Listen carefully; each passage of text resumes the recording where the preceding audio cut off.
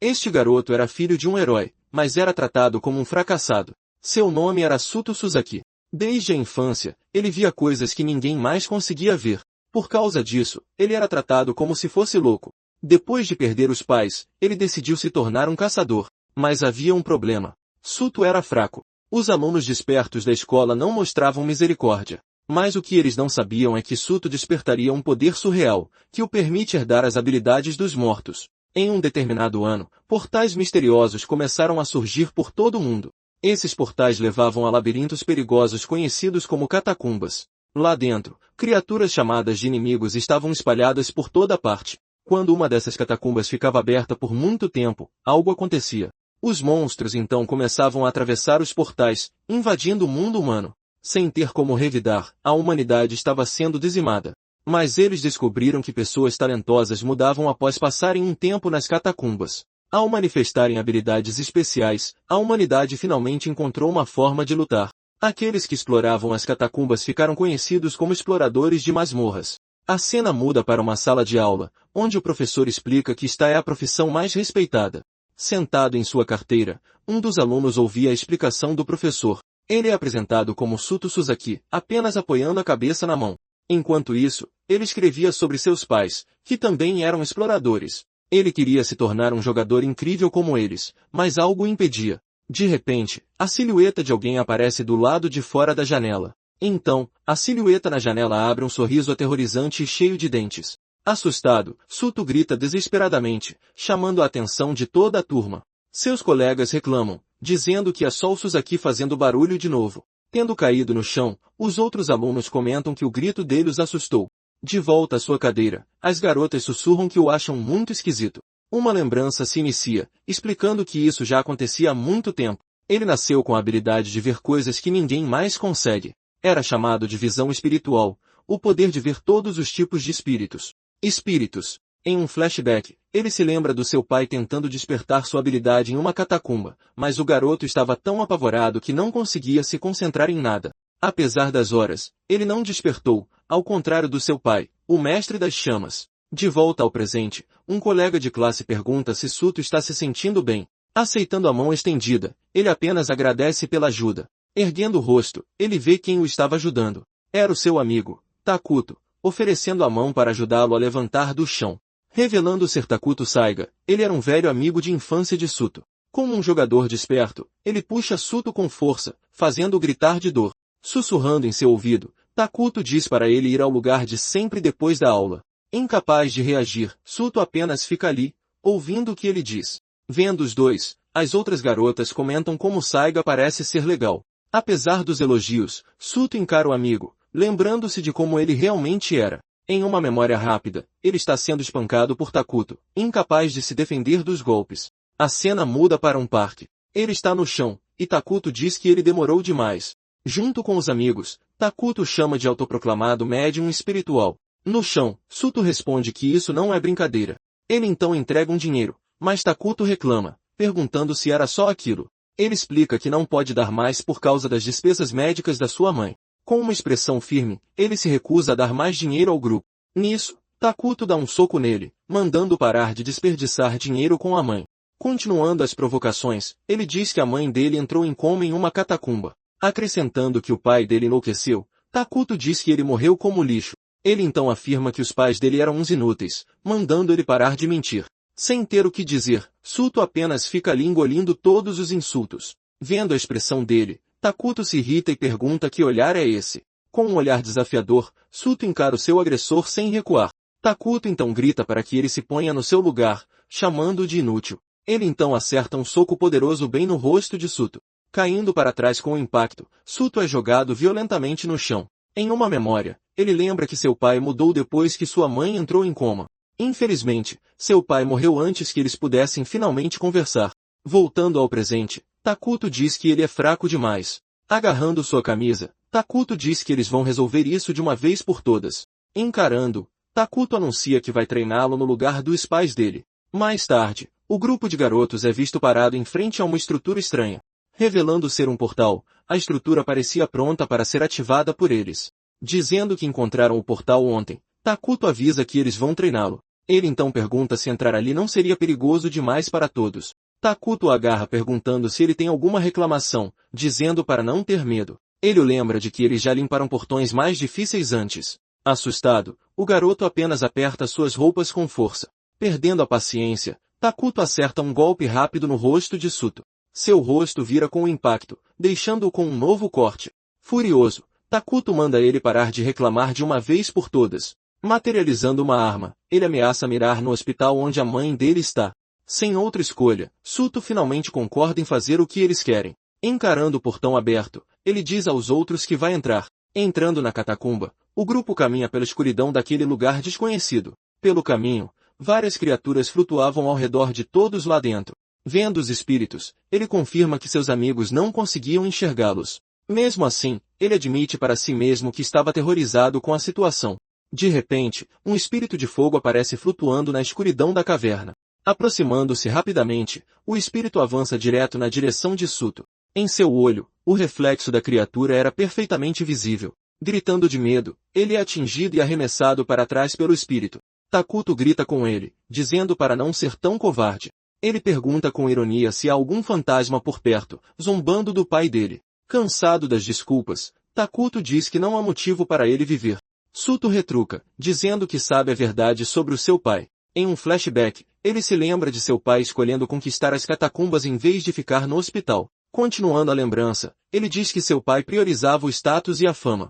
De volta à catacumba, Takuto sugere que ele poderá ver o seu pai de novo se morrer. Puxando uma faca, Takuto simplesmente ordena que ele morra de uma vez. Chorando de raiva, ele fica furioso por estarem olhando para ele daquele jeito. Enquanto isso, o espírito de fogo continuava flutuando bem ao seu lado. Olhando para a criatura, ele percebe que até mesmo o fantasma o encarava de um jeito estranho. Perguntando se o fantasma também estava zombando dele, uma voz confirma a zombaria. Com isso, o espírito de fogo parece reagir, flutuando na frente de Suto. Então, uma voz lhe diz para prestar muita atenção ao que está prestes a acontecer.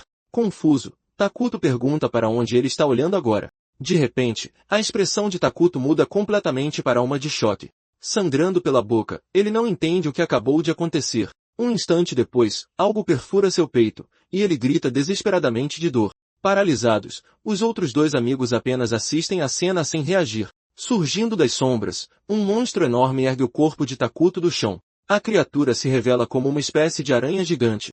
Um dos garotos grita que é a Rainha Aranha, a chefe de um portal vermelho. Carregando sua presa, o monstro começa a se afastar para o fundo da caverna. Uma voz então explica que as presas que sobram do ataque são levadas embora. Entregues aos seus filhotes, um ninho de aranhas é revelado no teto.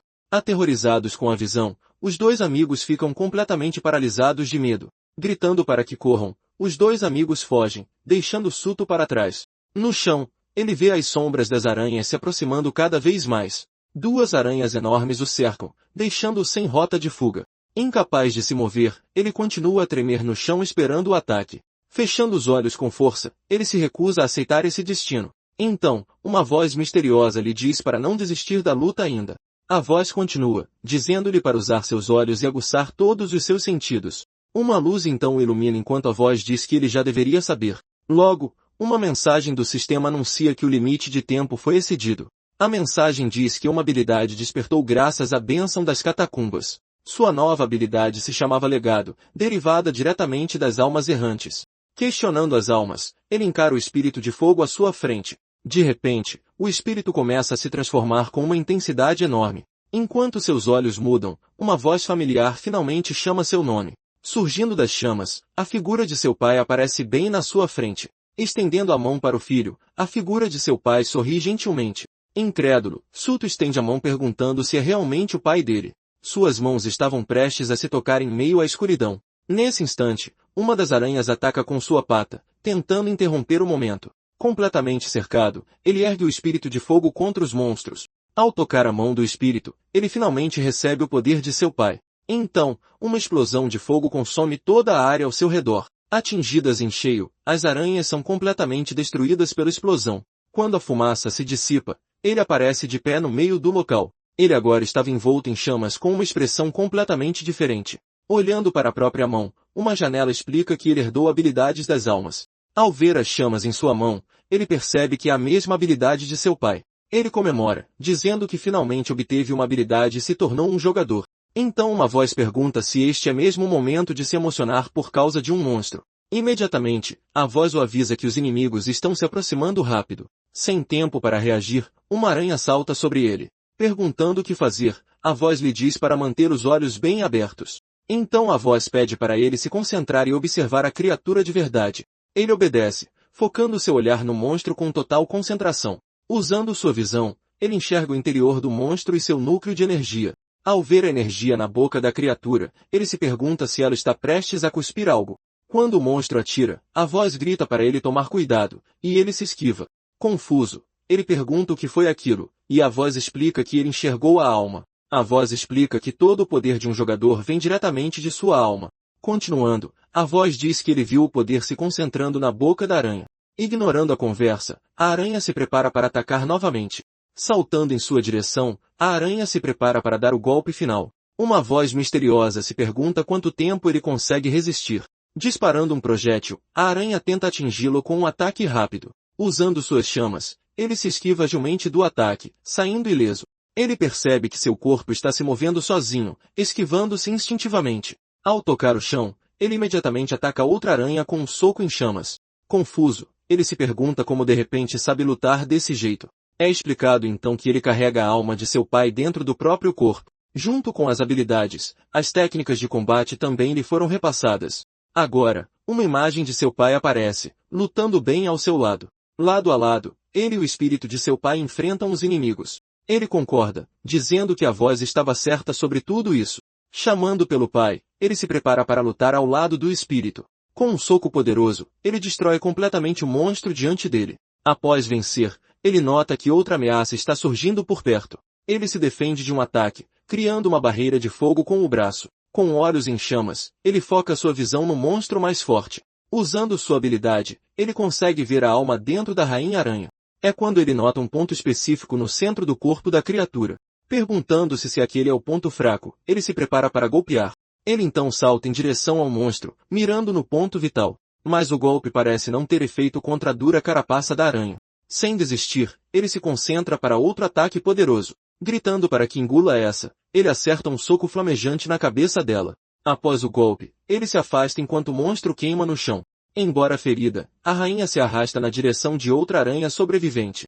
Ao ver isso, a aranha menor tenta fugir, mas é capturada pela rainha. Preparando uma nova técnica, ele concentra chamas em suas mãos. Usando a prisão de chamas, ele prende o monstro dentro de um pilar de fogo. Após a batalha, ele simplesmente observa a área com uma expressão séria.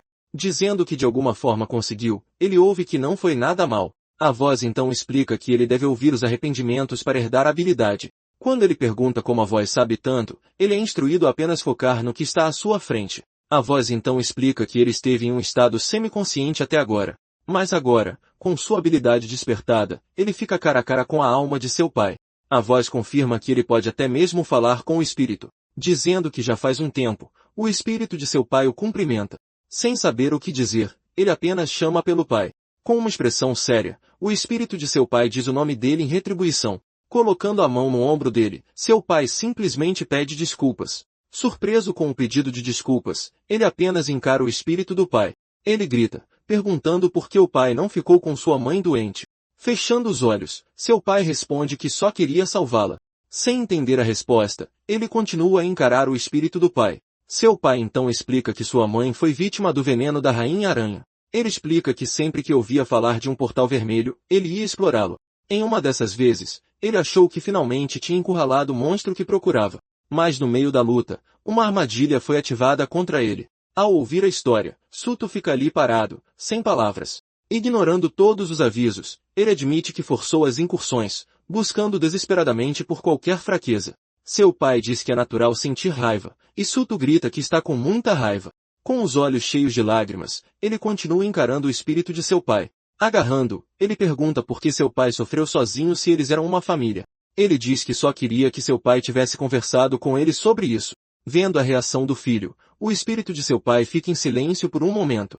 Com determinação, Suto declara que agora será ele quem vai salvar a mãe deles. Além disso, ele promete se tornar um jogador que supera seu pai. Ele jura se tornar o mais forte e nunca mais deixar ninguém morrer. Sorrindo, Seu pai diz que ele está falando como um homem de verdade agora. Finalmente em paz, o espírito do seu pai puxa o filho para um abraço apertado. Dizendo que está incrivelmente orgulhoso, o espírito de seu pai diz que o ama. Sem mais arrependimentos, ele diz que precisava transmitir seus sentimentos de qualquer forma. Pedindo para ele se tornar forte, ele confia o cuidado de sua mãe a ele. Então, o espírito se dissolve em luz, desaparecendo completamente na caverna escura. Uma partícula de luz pousa em seu peito, e ele agradece ao seu pai. Agarrando a luz que emana de seu peito, ele sorri em meio às lágrimas. Então uma janela do sistema aparece, informando que ele herdou a habilidade Chama Radiante. Sozinho na caverna, ele observa o último resquício da luz do seu pai desaparecer. Deixando cair uma lágrima, ele finalmente se despede de seu pai. Nesse momento, o espírito de fogo diz que a promessa dele foi muito ousada. Suto tenta agradecê-lo, mas o espírito, que não gosta de formalidades, o interrompe. Ele então pergunta se o espírito por acaso sabe quem é a criatura que o está ajudando. Sem obter resposta, ele insiste em saber quem é o espírito de fogo. Quando o espírito tenta se apresentar, sua voz sai completamente distorcida, não dando para entender nada. Ele pergunta o que a criatura acabou de dizer. Com a voz ainda falhando, o espírito momentaneamente se divide em dois, desistindo. A criatura explica que não pode contar a verdade a ele. Quando ele pergunta o motivo, ele ouve que o espírito é como um bug no sistema. O espírito então diz a ele para chamá-lo do que quiser por enquanto. Fazendo uma pose, o espírito pede a ele para escolher um nome bem legal. Achando que ele parece um fogo-fato, ele sugere o nome Tamal para a criatura. Ao ouvir o nome, o espírito fica completamente cinza, claramente descontente. Irritado, o espírito grita, perguntando que tipo de senso para nomes ele tem. Mesmo relutante, ele acaba aceitando, dizendo que isso não importa de qualquer forma. Mudando de assunto, o espírito lembra que ele tem algo a fazer agora. Ele fica em silêncio por um momento, lembrando de sua promessa. Com uma expressão determinada, ele apenas concorda com o que o espírito disse. Vendo seu rosto, o espírito diz que ele tem um bom olhar agora. Conforme ele começa a andar, uma voz diz que ele pode seguir para as catacumbas. Garantindo que sempre estará lá, o espírito observa caminhar em direção à saída. A cena muda, mostrando os dois amigos que fugiram agora do lado de fora. Confuso, um deles pergunta por que a chefe de um portal vermelho estava lá. De repente, o portal na frente deles começa a fazer um barulho estranho. Assustados com o som, eles se viram para o portal misterioso. Então, um anel diferente aparece no topo da estrutura, chamando a atenção deles. Ao verem o anel, eles percebem que é um portal do tipo irregular. Sem entender, um dos garotos pergunta o que isso realmente significa. Então é explicado que as cores do portal indicam o nível de perigo. Com isso, eles percebem que um portal irregular os levou a um lugar perigoso. Sem saber o que fazer, os dois ficam paralisados na frente do portal. Um deles diz que precisam pedir ajuda, mas o outro está preocupado.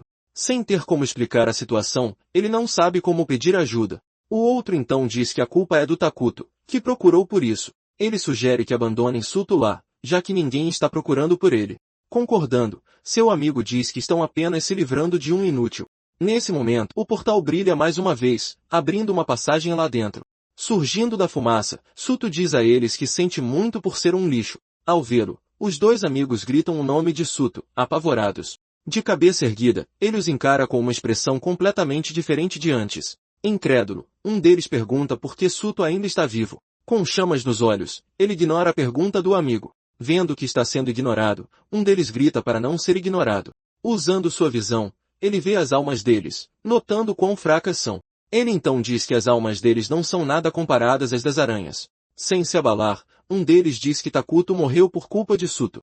Tentando jogar a culpa nele, o garoto diz que Suto os arrastou para lá. Ele termina dizendo que vão culpar ele por toda a situação. Fechando os olhos, Suto diz ao garoto para guardar esse pensamento por um momento. Confuso, o garoto apenas o encara, esperando para ver o que ele fará. De repente, o outro amigo se irrita com o que está acontecendo.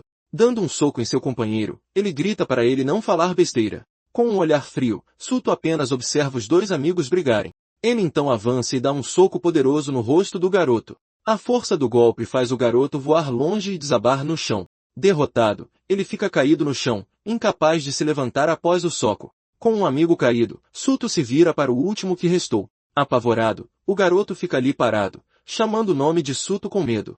Notando a mudança, o garoto se pergunta se Suto virou um jogador. Ele também nota que Suto parece insanamente forte de repente. Caminhando em direção a ele, Suto chama pelo nome, Kotora. Ele então diz que tem algo muito importante para perguntar. Com um sorriso no rosto, ele pergunta se o garoto vai escutar. Com medo, Kotora apenas balança a cabeça, sem ter outra escolha. De volta às catacumbas, os dois caminham pelo interior. Kotora diz que a situação é ruim, e que será tarde demais se eles esperarem. Suto então pergunta se a área de um portal irregular pode mudar. Cerrando os punhos, ele sabe que se isso acontecer, tudo estará acabado. É por isso que ele diz que precisam derrotar a Rainha Aranha imediatamente. Chocado, seu companheiro grita, perguntando se ele planeja enfrentar a chefe sozinho. Enquanto ele insiste em buscar ajuda, uma voz misteriosa manda ele parar bem ali. Surpresos, os dois se viram na direção de onde veio a voz. Uma silhueta então avisa que não vai deixar eles fazerem o que bem entenderem. Apontando para os dois, o homem misterioso diz que ele está bem ali. Ele então grita, avisando que não vai deixar eles fazerem o que querem.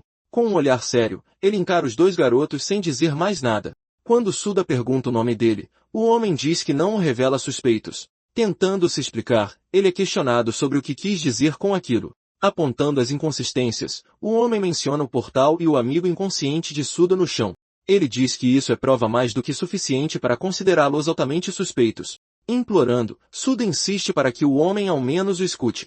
De repente, o homem avança e agarra Suda com força pelo uniforme. Em seguida, ele o arremessa para longe, mas Suda consegue cair de pé. Vendo que não tinha outra escolha, ele se prepara para contra-atacar o homem. Com um movimento rápido, ele acerta um soco bem no rosto do homem.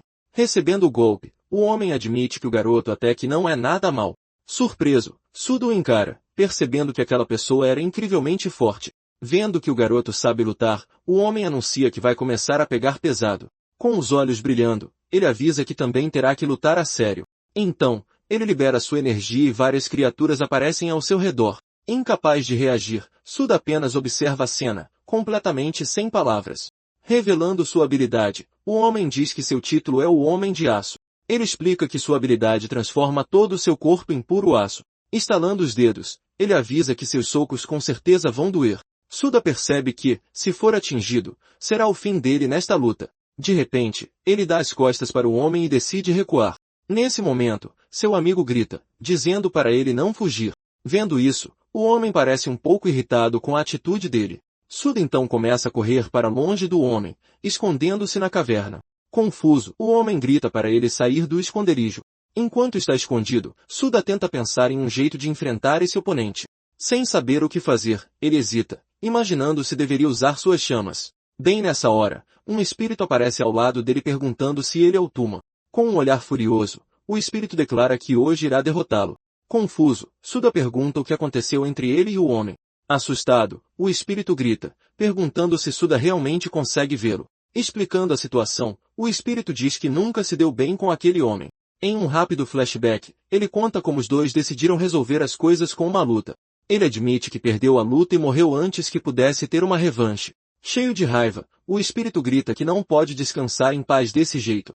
Ouvindo a história, Suda diz que talvez possa ajudar a resolver esse problema. Saindo do seu esconderijo, ele se aproxima e encara o homem misterioso de frente. O homem então pergunta se ele finalmente está pronto para encará-lo de verdade. Ignorando a pergunta, Suda grita seu nome completo, Masato Igarashi. Surpreso, Masato pergunta como ele poderia saber seu nome. Sem responder, ele avança e se aproxima para atacar seu oponente. Gritando um pedido de desculpas, ele coloca a mão no peito de Masato. Então, ele dispara um choque elétrico com força total no corpo dele. Ao ser atingido, Masato é incapaz de reagir ao ataque repentino. Caindo no chão, o homem fica completamente incapacitado pelo golpe. Comemorando, o espírito sai do corpo de Suda, gritando que finalmente conseguiu sua vitória.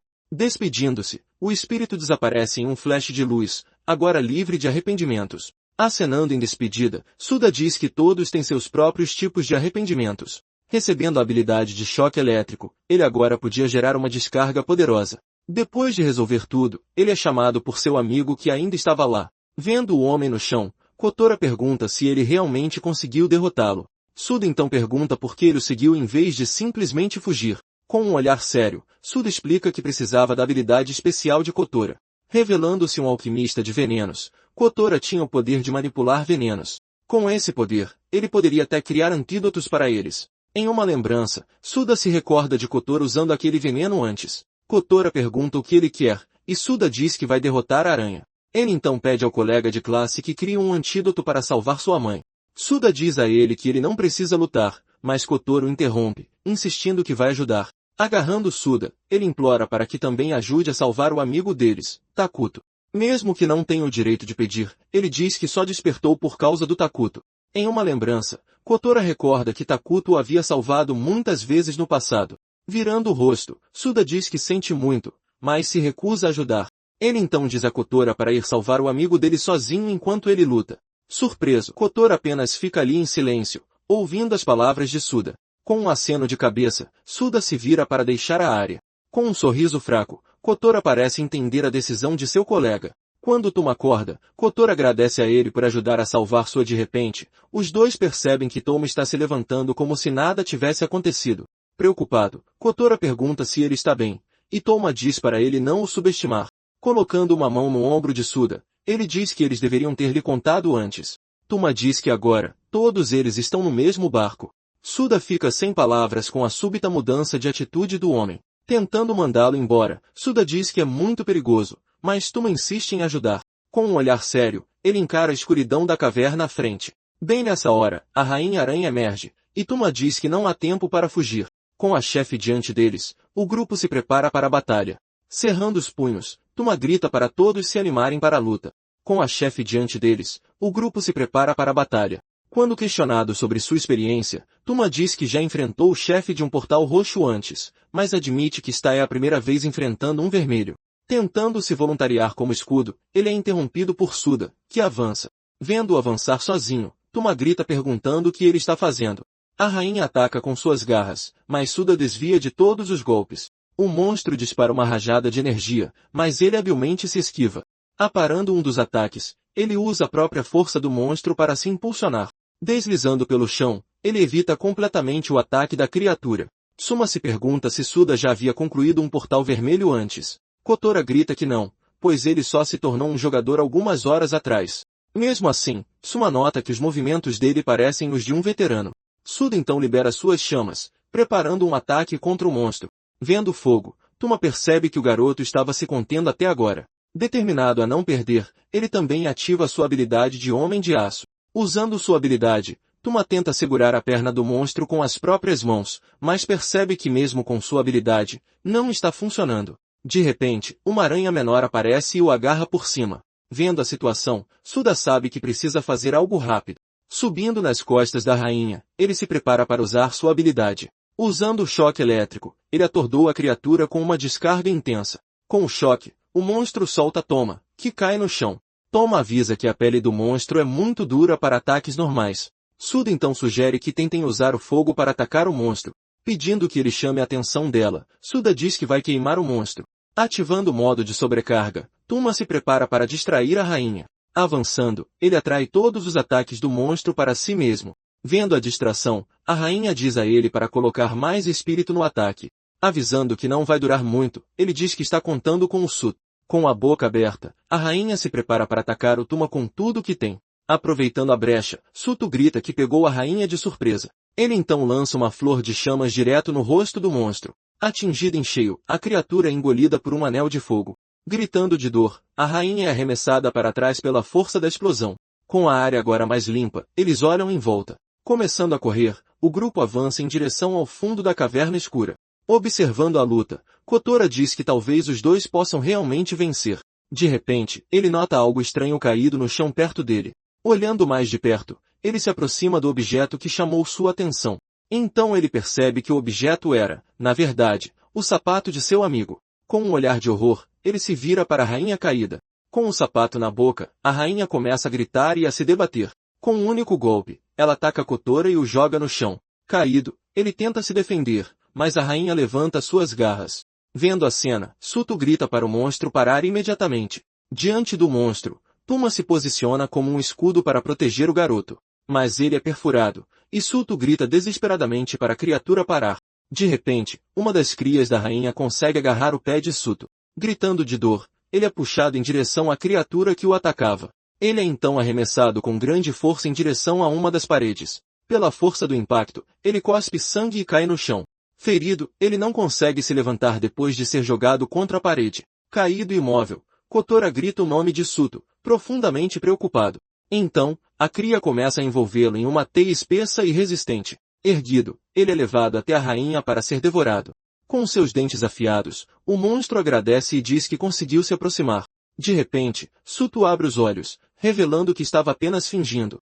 Envolvendo seu corpo em chamas, ele consegue se libertar da teia de aranha. Vendo o que aconteceu, Tuma grita que ele fingiu estar inconsciente. Vendo o objeto, Tuma grita que é a adaga que ele estava carregando. Com a mão sangrando, ele usa a adaga para descarregar sua eletricidade. Usando a habilidade de choque elétrico, ele atordou a rainha com toda a sua força. Surpreso, Tuma se pergunta se ele descarregou a eletricidade dentro do corpo dela. Com a rainha paralisada, Suto anuncia que este é o seu golpe final. Usando a habilidade de fogo infernal, ele lança uma rajada de chamas no monstro. Monstro! Com o corpo em chamas, a criatura solta fumaça pela boca e desmorona. Caindo no chão, a Rainha-Aranha é finalmente derrotada pelo grupo. Após a batalha, Suto pega as presas do monstro para o antídoto. Dizendo que conseguiu, ele anuncia que agora pode finalmente salvar sua mãe. Perto dali, Kotora e Tuma vigiam o corpo do amigo que não sobreviveu. Tuma então diz que eles deveriam levar o corpo para um funeral adequado. Aproximando-se de Suto, Tuma o parabeniza, dizendo que ele conseguiu.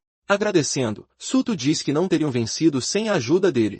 Tuma então comenta que Suto possui várias habilidades, o que é muito raro. Suto explica que aprendeu o choque elétrico graças a um homem chamado Goto, dizendo que queria visitar seu túmulo. Ele queria agradecê-lo pela habilidade. Então Tuma o surpreende, dizendo que esse Goto ainda estava vivo. Ele insiste que conheceu o homem ontem e não tem como estar enganado. De repente, uma estranha visão distorcida surge na mente de Suto. Caindo de repente no chão, Tuma corre até ele e pergunta se está tudo bem. Então, uma voz misteriosa o avisa que ele tocou a raiz deste mundo. Com a mão na cabeça, ele chama por Tamal enquanto a cena muda. Dentro de uma sala de aula, ele pergunta quem era a garota. De volta à caverna, Tamal diz para ele se lembrar da vida que salvou. Keiichiro Suzaki encara o homem, imaginando se esse é mesmo o rosto que ele esperava. Ele então agarra o rosto de Tuma Igarashi, que grita dizendo que é filho único. Tuma Igarashi diz que ele age como um pirralho mimado, apesar da aparência de durão. Irritado, Keiichiro grita, querendo saber por que foi trazido até ali só para ser insultado. Suto então intervém, dizendo a ambos para pararem, já que estão em um hospital. Enquanto discutem no corredor, uma voz pergunta se o portal está seguro agora. Longe dali, alguém confirma que o portal foi estabilizado após a derrota do chefe. De volta ao hospital, ele ouve que deveriam agradecê-lo por limpar o portal. Dizendo que vai ver como Kotora está, Suto se levanta para sair. Observando o garoto sair, Keiichiro pergunta se ele realmente derrotou o chefe daquele lugar. Chocado com a confirmação, ele pergunta se era um portal vermelho real. Tuma confirma e diz que a habilidade dele é insana, mas não é só isso. Lembrando-se da luta, Tuma diz que Suto é rápido e tem muita coragem. Com um sorriso, Tuma comenta que ele pode ser uma boa escolha para a equipe. Nisso, Keiichiro pergunta se o plano é recrutá-lo, e Tuma confirma na mesma hora. Virando-se para Keiichiro, Tuma diz que tem um favor muito sério a pedir a ele. Após ouvir o pedido, Keiichiro grita com ele para não brincar com algo assim. Seu grito acaba assustando duas pessoas que passavam pelo corredor do hospital. Cortando para o pátio, uma mão aparece sobre um celular caído. Ajoelhado, Kotora apenas encara o aparelho no chão à sua frente. Ele então se vira e chama por Suto, que estava indo embora. Aproximando-se, Suto pergunta como ele está e diz que a análise estará pronta em breve. Kotora responde que está bem e que ficou preocupado quando ele desmaiou de repente. Agradecendo por carregá-lo, Suto diz que foi o Tuma quem contou a ele sobre isso. Kotora então explica que fez isso porque seus próprios ferimentos eram os menos graves. Ele pede desculpas por ser um fardo, mas Suto diz para ele não se preocupar. Suto diz que entende o que é ter alguém importante que você precisa proteger. Kotora então diz que odeia o Takuto, mas não vai negar a admiração que o Suto tem por ele. Confuso com o comentário, Suto não entende, mas Kotora apenas disfarça e muda de assunto. Mostrando um pequeno frasco, ele anuncia que a análise finalmente está concluída. Usando sua habilidade especial, Kotora finalmente consegue criar o antídoto de que tanto precisavam. Dentro do pequeno frasco, o líquido mostrava que a cura estava finalmente pronta. Entregando o frasco, Kotora diz a Suto para se apressar e levar o antídoto para ela. Agradecendo ao amigo, Suto se vira, segurando o frasco com firmeza na mão. Correndo o mais rápido que pode, ele vai em direção ao quarto do hospital. Chegando ao quarto, ele encontra sua mãe deitada na cama ainda completamente inconsciente. Parado ao lado da cama, ele se prepara para finalmente dar o antídoto a ela. Cuidadosamente, ele inclina o frasco e despeja todo o líquido na boca dela. Após receber o líquido, ela consegue engolir todo o conteúdo do frasco. Deitada na cama, seu corpo começa a reagir ao antídoto que acabou de tomar. Lentamente, ela abre os olhos, e Suto a observa atentamente. Vendo que ela acordou, ele a chama, e ela responde dizendo o nome dele. Com a mão no rosto do filho, ela diz que ele cresceu tanto. Com lágrimas escorrendo pelo rosto, ela diz que está muito feliz em vê-lo novamente. Depois de se acalmarem, eles conversam até que o assunto sobre o pai dele surge. Falando sobre o pai dele, ela menciona os sentimentos que ele tinha por ela. Sentado ao lado da cama, Suto diz que o desejo do pai era salvá-la. É por isso que seu pai lhe confiou seus sentimentos, seu poder e tudo mais. Surpresa com a revelação, ela apenas consegue mencionar as chamas de Keishiro. Olhando para o filho, ela então pergunta o que ele fará de agora em diante. Dizendo que ele já realizou o desejo do pai, ela quer saber o que vem a seguir. Com determinação, ele responde que se tornará o explorador de masmorras mais forte. Ele declara que será o tipo de herói que não deixa ninguém morrer pelo caminho. Virando o rosto, ele pergunta se sua mãe é contra a decisão dele. Sem hesitar, ela responde que sim, ela é completamente contra essa ideia perigosa. Ela explica que só de imaginar o filho em perigo já parte seu coração, mas admite que ela e o pai dele o fizeram passar pelo mesmo sentimento. Sorrindo, ela diz que não seria justo se só ela tentasse impedi-lo. Emocionado, Suto a chama e ela então pede que ele prometa uma coisa. Pedindo uma promessa, ela diz que ele deve se incluir em sua própria regra. Com um sorriso, ela diz que não suportaria a ideia de perdê-lo. Tocado por suas palavras, Suto responde que sim. Ele promete se cuidar. Abraçando a mãe, ele garante que nunca morrerá de verdade. Saindo do quarto logo depois, ele fecha a porta com cuidado. No corredor, ele se surpreende ao ver seus dois amigos esperando-o lá. Vendo os dois no chão, Suto percebe que eles ouviram toda a conversa. Tuma então se desculpa por ter escutado, mas Suto diz que está tudo bem. Nisso, Kotora aponta que o verdadeiro problema é ele entrar nas catacumbas. Com um sorriso, Tuma garante que a equipe deles cuidará dessa parte.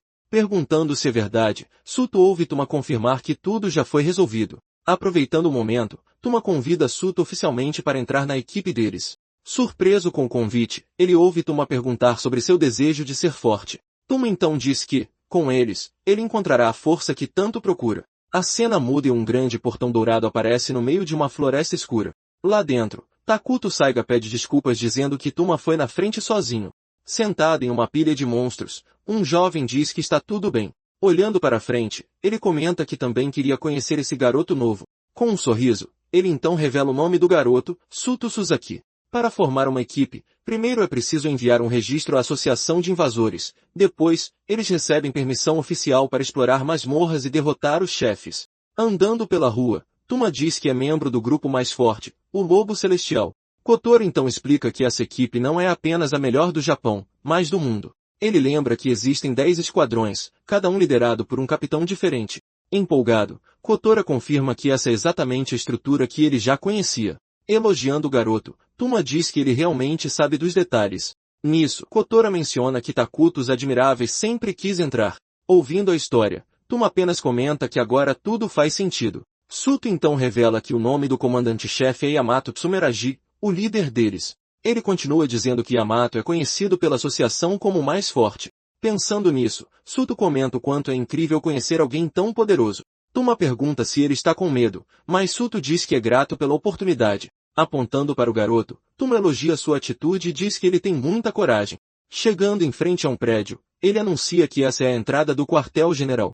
Deitado no chão, Tuma reclama que Yusei sempre pegou pesado demais com ele. Logo então, uma nova voz diz para deixar passar, já que ele estava apenas ajudando as pessoas. Surpreso, Suto se pergunta se aquela pessoa é mesmo o famoso Yamato Tsumeragi, dizendo para Yusei parar. Yamato se aproxima do grupo com um pirulito na boca. Dentro de Suto, o espírito de seu pai observa cuidadosamente a chegada do homem. Para ele, Yusei e Tuma parecem muito mais fortes que seu líder, Yamato. Passando o braço pelos ombros de Suto, Yamato diz que estava louco para conhecê-lo. Mencionando a habilidade legado, ele comenta que Suto deve achá-lo bem comum. Em seguida, ele pergunta se Suto realmente quer se tornar o mais forte de todos. Sorrindo, ele pergunta se Suto quer dar uma espiada de como o mais forte realmente é. Suto apenas fica em silêncio por um momento, encarando o homem à sua frente. Aceitando o desafio instantaneamente, Suto pede que ele, por favor, lhe mostre. Sua resposta rápida deixa Yusei, Tuma e Kotora completamente atonitos no corredor, tentando intervir, e Yusei grita por Yamato, que promete pegar leve com ele. Apontando para o garoto, Yamato diz que está totalmente pronto para começar. Yusei concorda, mas avisa que vai parar tudo se achar a situação perigosa.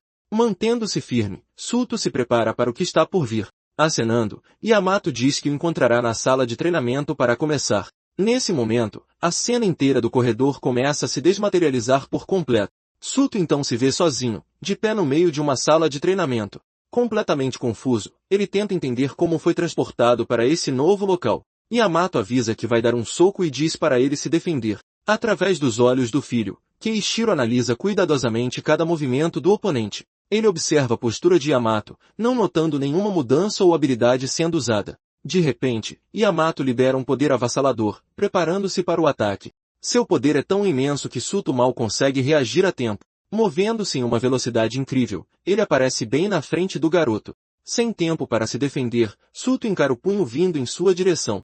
O golpe o atinge em cheio, lançando-o para trás com uma força tremenda. Ao ser arremessado, seu corpo se choca violentamente contra a parede da sala. Parado, Yamato apenas observa o garoto caído do outro lado da sala de treinamento.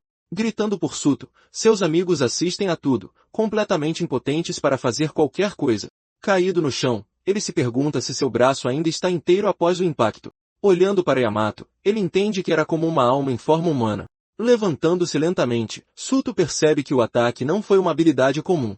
Vendo o garoto se levantar, Yamato pergunta se ele notou a diferença naquilo. Sorrindo, ele pergunta se Suto gostou e se ainda quer continuar o treinamento. Com o poder de seu pai ativado, ele responde que sim. Por favor, continue. Avançando, Suto desfere um soco rápido, mas Yamato desvia com facilidade. Surpreso com a reação, Yamato desvia do ataque sem se mover do lugar. Ele então continua a desviar da série de golpes que Suto tenta acertar. Percebendo que não consegue acertá-lo, Suto muda sua estratégia para tentar acompanhá-lo. Determinado, ele se concentra em sentir seus movimentos com todo o seu ser. Focando no oponente, ele se prepara para enfrentar o mais forte bem ali. Com chamas girando ao seu redor, ele grita para Yamato lhe mostrar ainda mais. Empolgado, Yamato diz que agora as coisas vão realmente esquentar. Com um sorriso, Yamato avança e desfere um soco rápido no garoto. Suda consegue bloquear o golpe, defendendo-se no último segundo. Trocando golpes, ele se move em alta velocidade por toda a sala de treinamento. Observando a cena, Yusei comenta que o idiota está completamente viciado na luta. Ele fica surpreso que Tsuda tenha conseguido acompanhar Yamato por tanto tempo. Tuma então pergunta o que ele quer dizer, confuso com o comentário de seu irmão. Yusei explica que o garoto se saiu muito melhor do que ele esperava inicialmente. Enquanto isso, Tsuda concentra todo o seu poder de fogo no punho direito. Olhando para Yamato, ele pergunta se pode usar sua habilidade com força total. Virando as costas, Yamato começa a se afastar, parecendo um tanto desinteressado. Ele diz que prometeu mostrar a ele o mais forte, então não há necessidade de perguntas óbvias. Desafiando o garoto, Yamato diz para ele vir com tudo que tem. Aceitando o desafio, Tsuda grita que sim e se prepara para o seu grande ataque. Concentrando sua energia, o fogo em seu punho cresce ainda mais intenso e poderoso. Com tudo pronto, ele lança um poderoso ataque de fogo na direção de Yamato. Parado, Yamato apenas observa a enorme bola de fogo se aproximar dele na sala. Vendo a habilidade de perto, ele consegue identificar a fonte desse poder. Reconhecendo o ataque, ele diz que pertence ao mago mais forte, Keiichiro Suzaki. Estendendo a mão para frente, ele detém o ataque de fogo com facilidade. Com as chamas rodopiando ao seu redor, ele permanece de pé, completamente ileso. Vendo seu ataque falhar, Sudo se pergunta o que acabou de acontecer. Elogiando o garoto, Yamato diz que ele tem muita coragem para enfrentá-lo. Caminhando em sua direção, ele diz que agora gosta ainda mais do garoto. Sem saber o que dizer, Suda apenas solta uma risada nervosa. Levantando o braço, Yamato diz que parece que pode elevar um pouco o nível. De repente, uma transmissão de emergência alerta sobre uma ameaça inimiga detectada. O alerta relata uma invasão inimiga em massa na cidade de Sakurazawa. Lamentando a interrupção, Yamato diz que eles estavam apenas chegando na melhor parte. Um texto explica que uma invasão ocorre quando o chefe de um portal não é derrotado. Analisando a situação, ele diz que provavelmente foi uma tentativa frustrada de conquista. Gritando por Yusei, Yamato pergunta quais unidades podem se deslocar para a cidade. Olhando para um dispositivo, Yusei relata que o primeiro, segundo e quinto esquadrões estão prontos. Dando as ordens, Yamato manda o quinto esquadrão cuidar da evacuação dos civis. confirmando a ordem, e Uzei e Tuma se preparam para liderar suas equipes até o portal. Suda então pergunta o que Yamato vai fazer, e ele responde que vai limpar a cidade. Sem hesitar, Suda pergunta se pode ir com o grupo deles também. Yamato concorda, mas avisa que, se ele não conseguir acompanhar, ficará para trás. Chamando por Kotora, Suda diz que também vai e precisa que ele lhe dê cobertura. Com tudo decidido, ele grita para todos avançarem, avisando que ninguém deve morrer.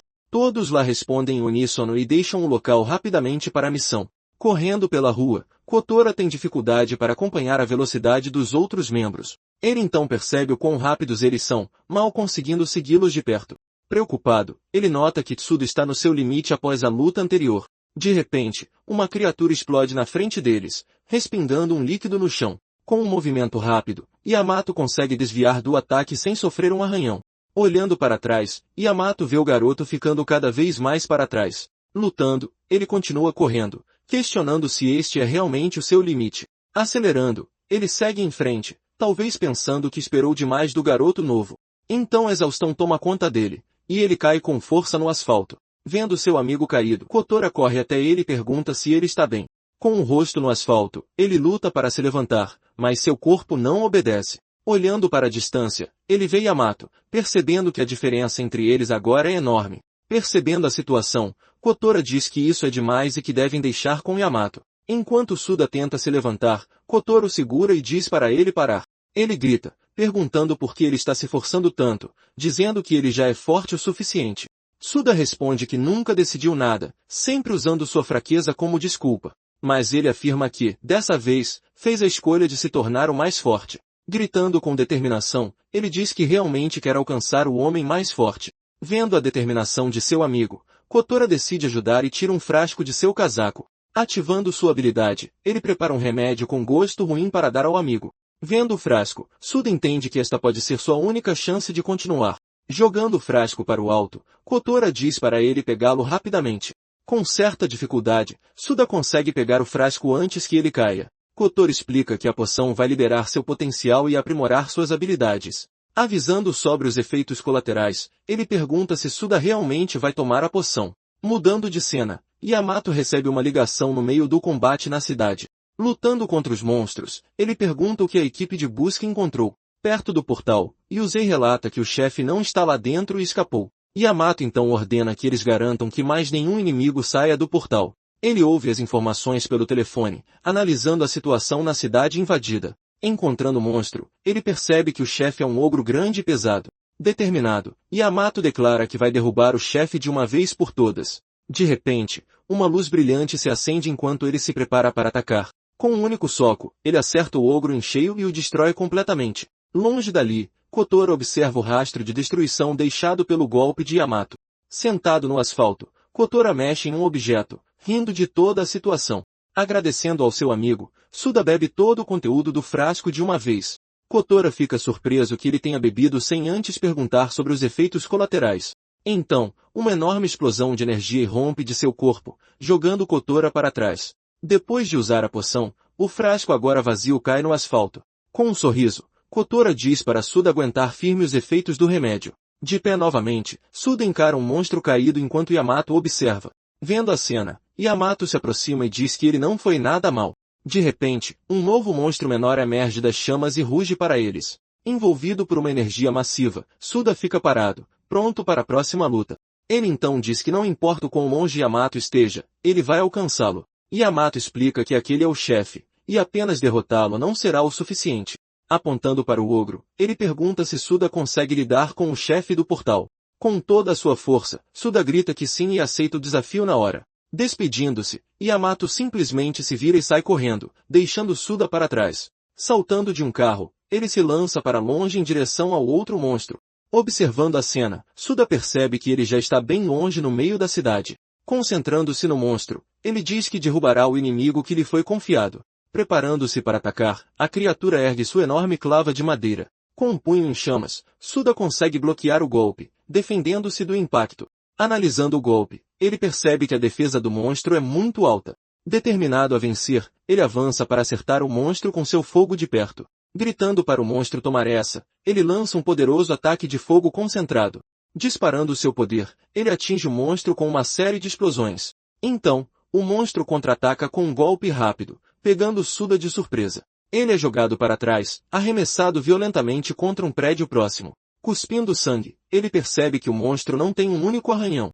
Ao ver o ogro ileso, ele se pergunta se a criatura é resistente ao fogo. Sabendo que seu choque apenas paralisa, ele busca uma nova estratégia para a luta. Desesperado, ele tenta pensar em um jeito de derrotar o monstro enorme.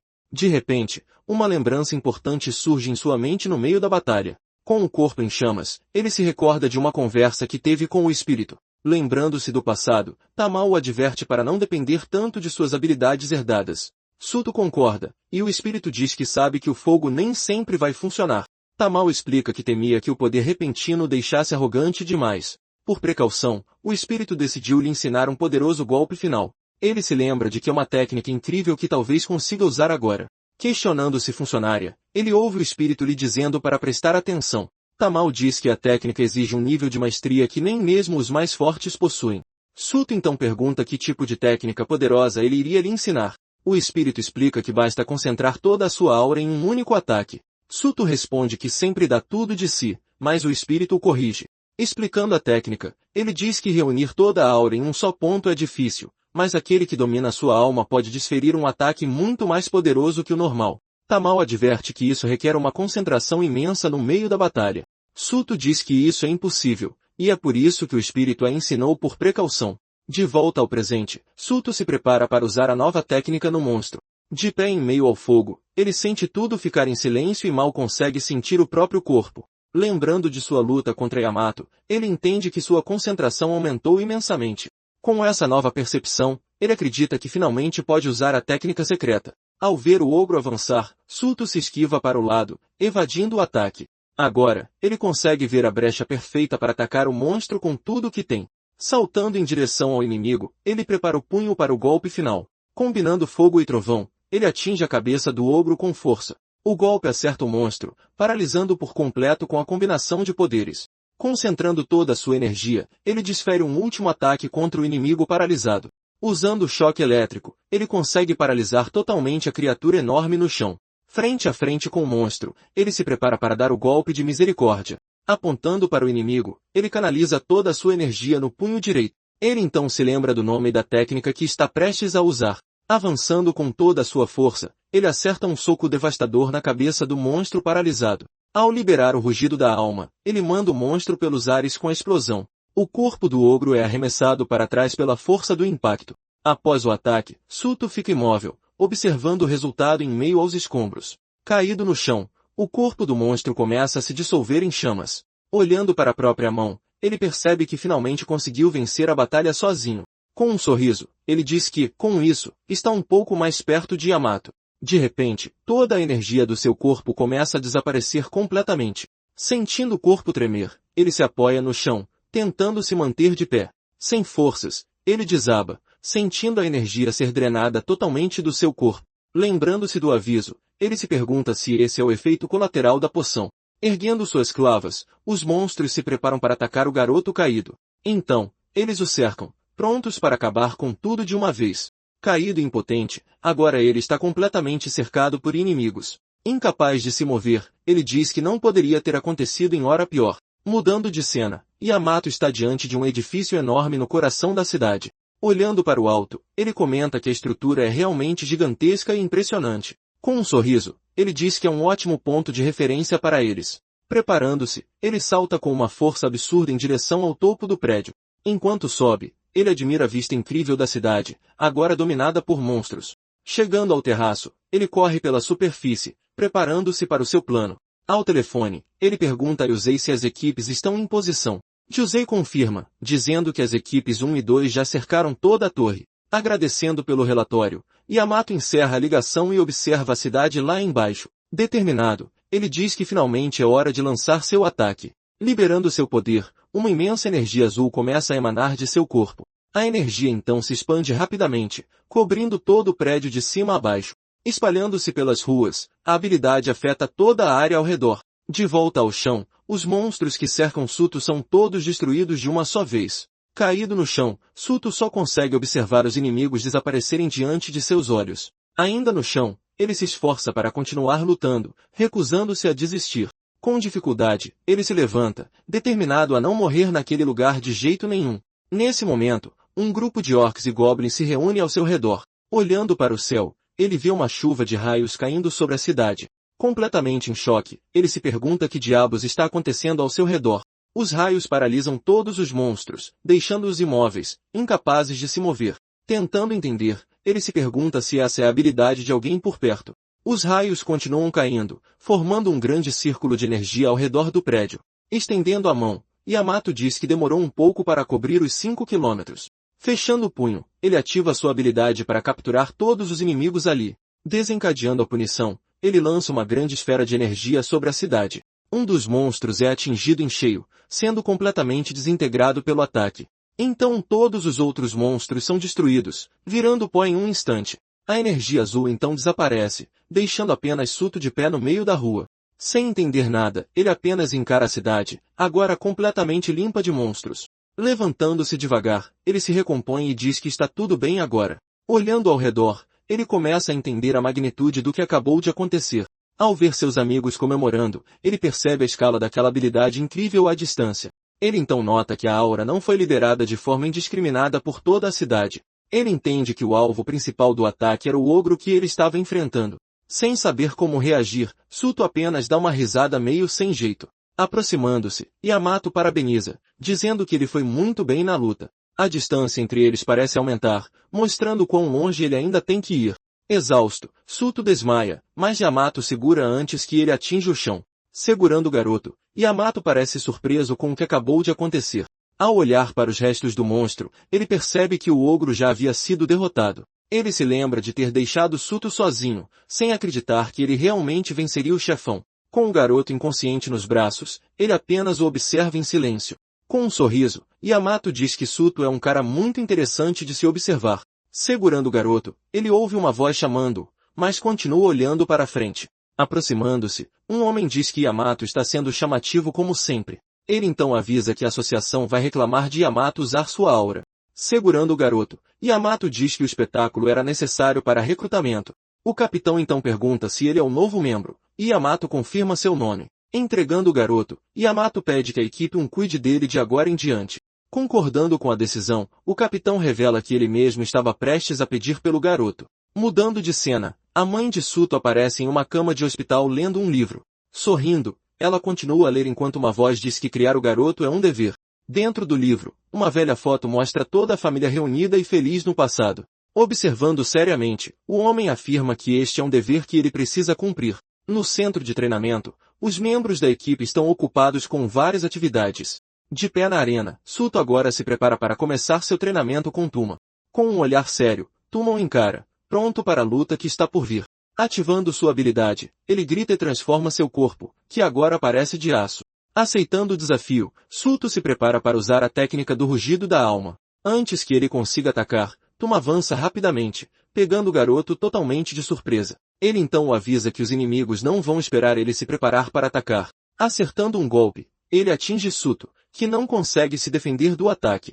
Ao acertar sua cabeça, Tuma diz que a mira dele é óbvia demais. Relembrando a luta, Suto diz que a técnica funcionou bem contra o monstro. Tuma explica que golpes poderosos têm grandes brechas para compensar o seu poder. Pensando na sua recuperação, ele diz que o efeito da poção do Kotora já passou. Tuma então explica que o problema era um efeito colateral da técnica do rugido da alma. Dizendo que precisa treinar mais, Tuma observa e Suto concorda. De repente, uma voz os interrompe perguntando sobre o que estão falando. Chegando à arena, Karen diz a eles para levarem o treinamento mais a sério.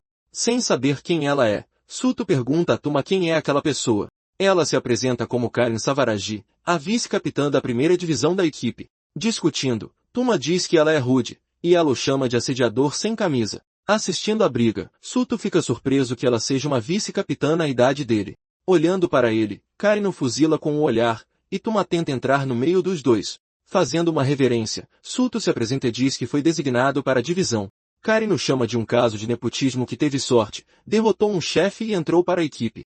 Ela continua, dizendo que ele só está lá por causa do título dos seus pais. Lembrando das palavras do capitão, ela não entende por que ele disse aquilo. Irritado com os comentários, Tuma tenta defender o garoto, mas é impedido por ele. Segurando seu amigo, Suto se prepara para responder aos comentários de Karen.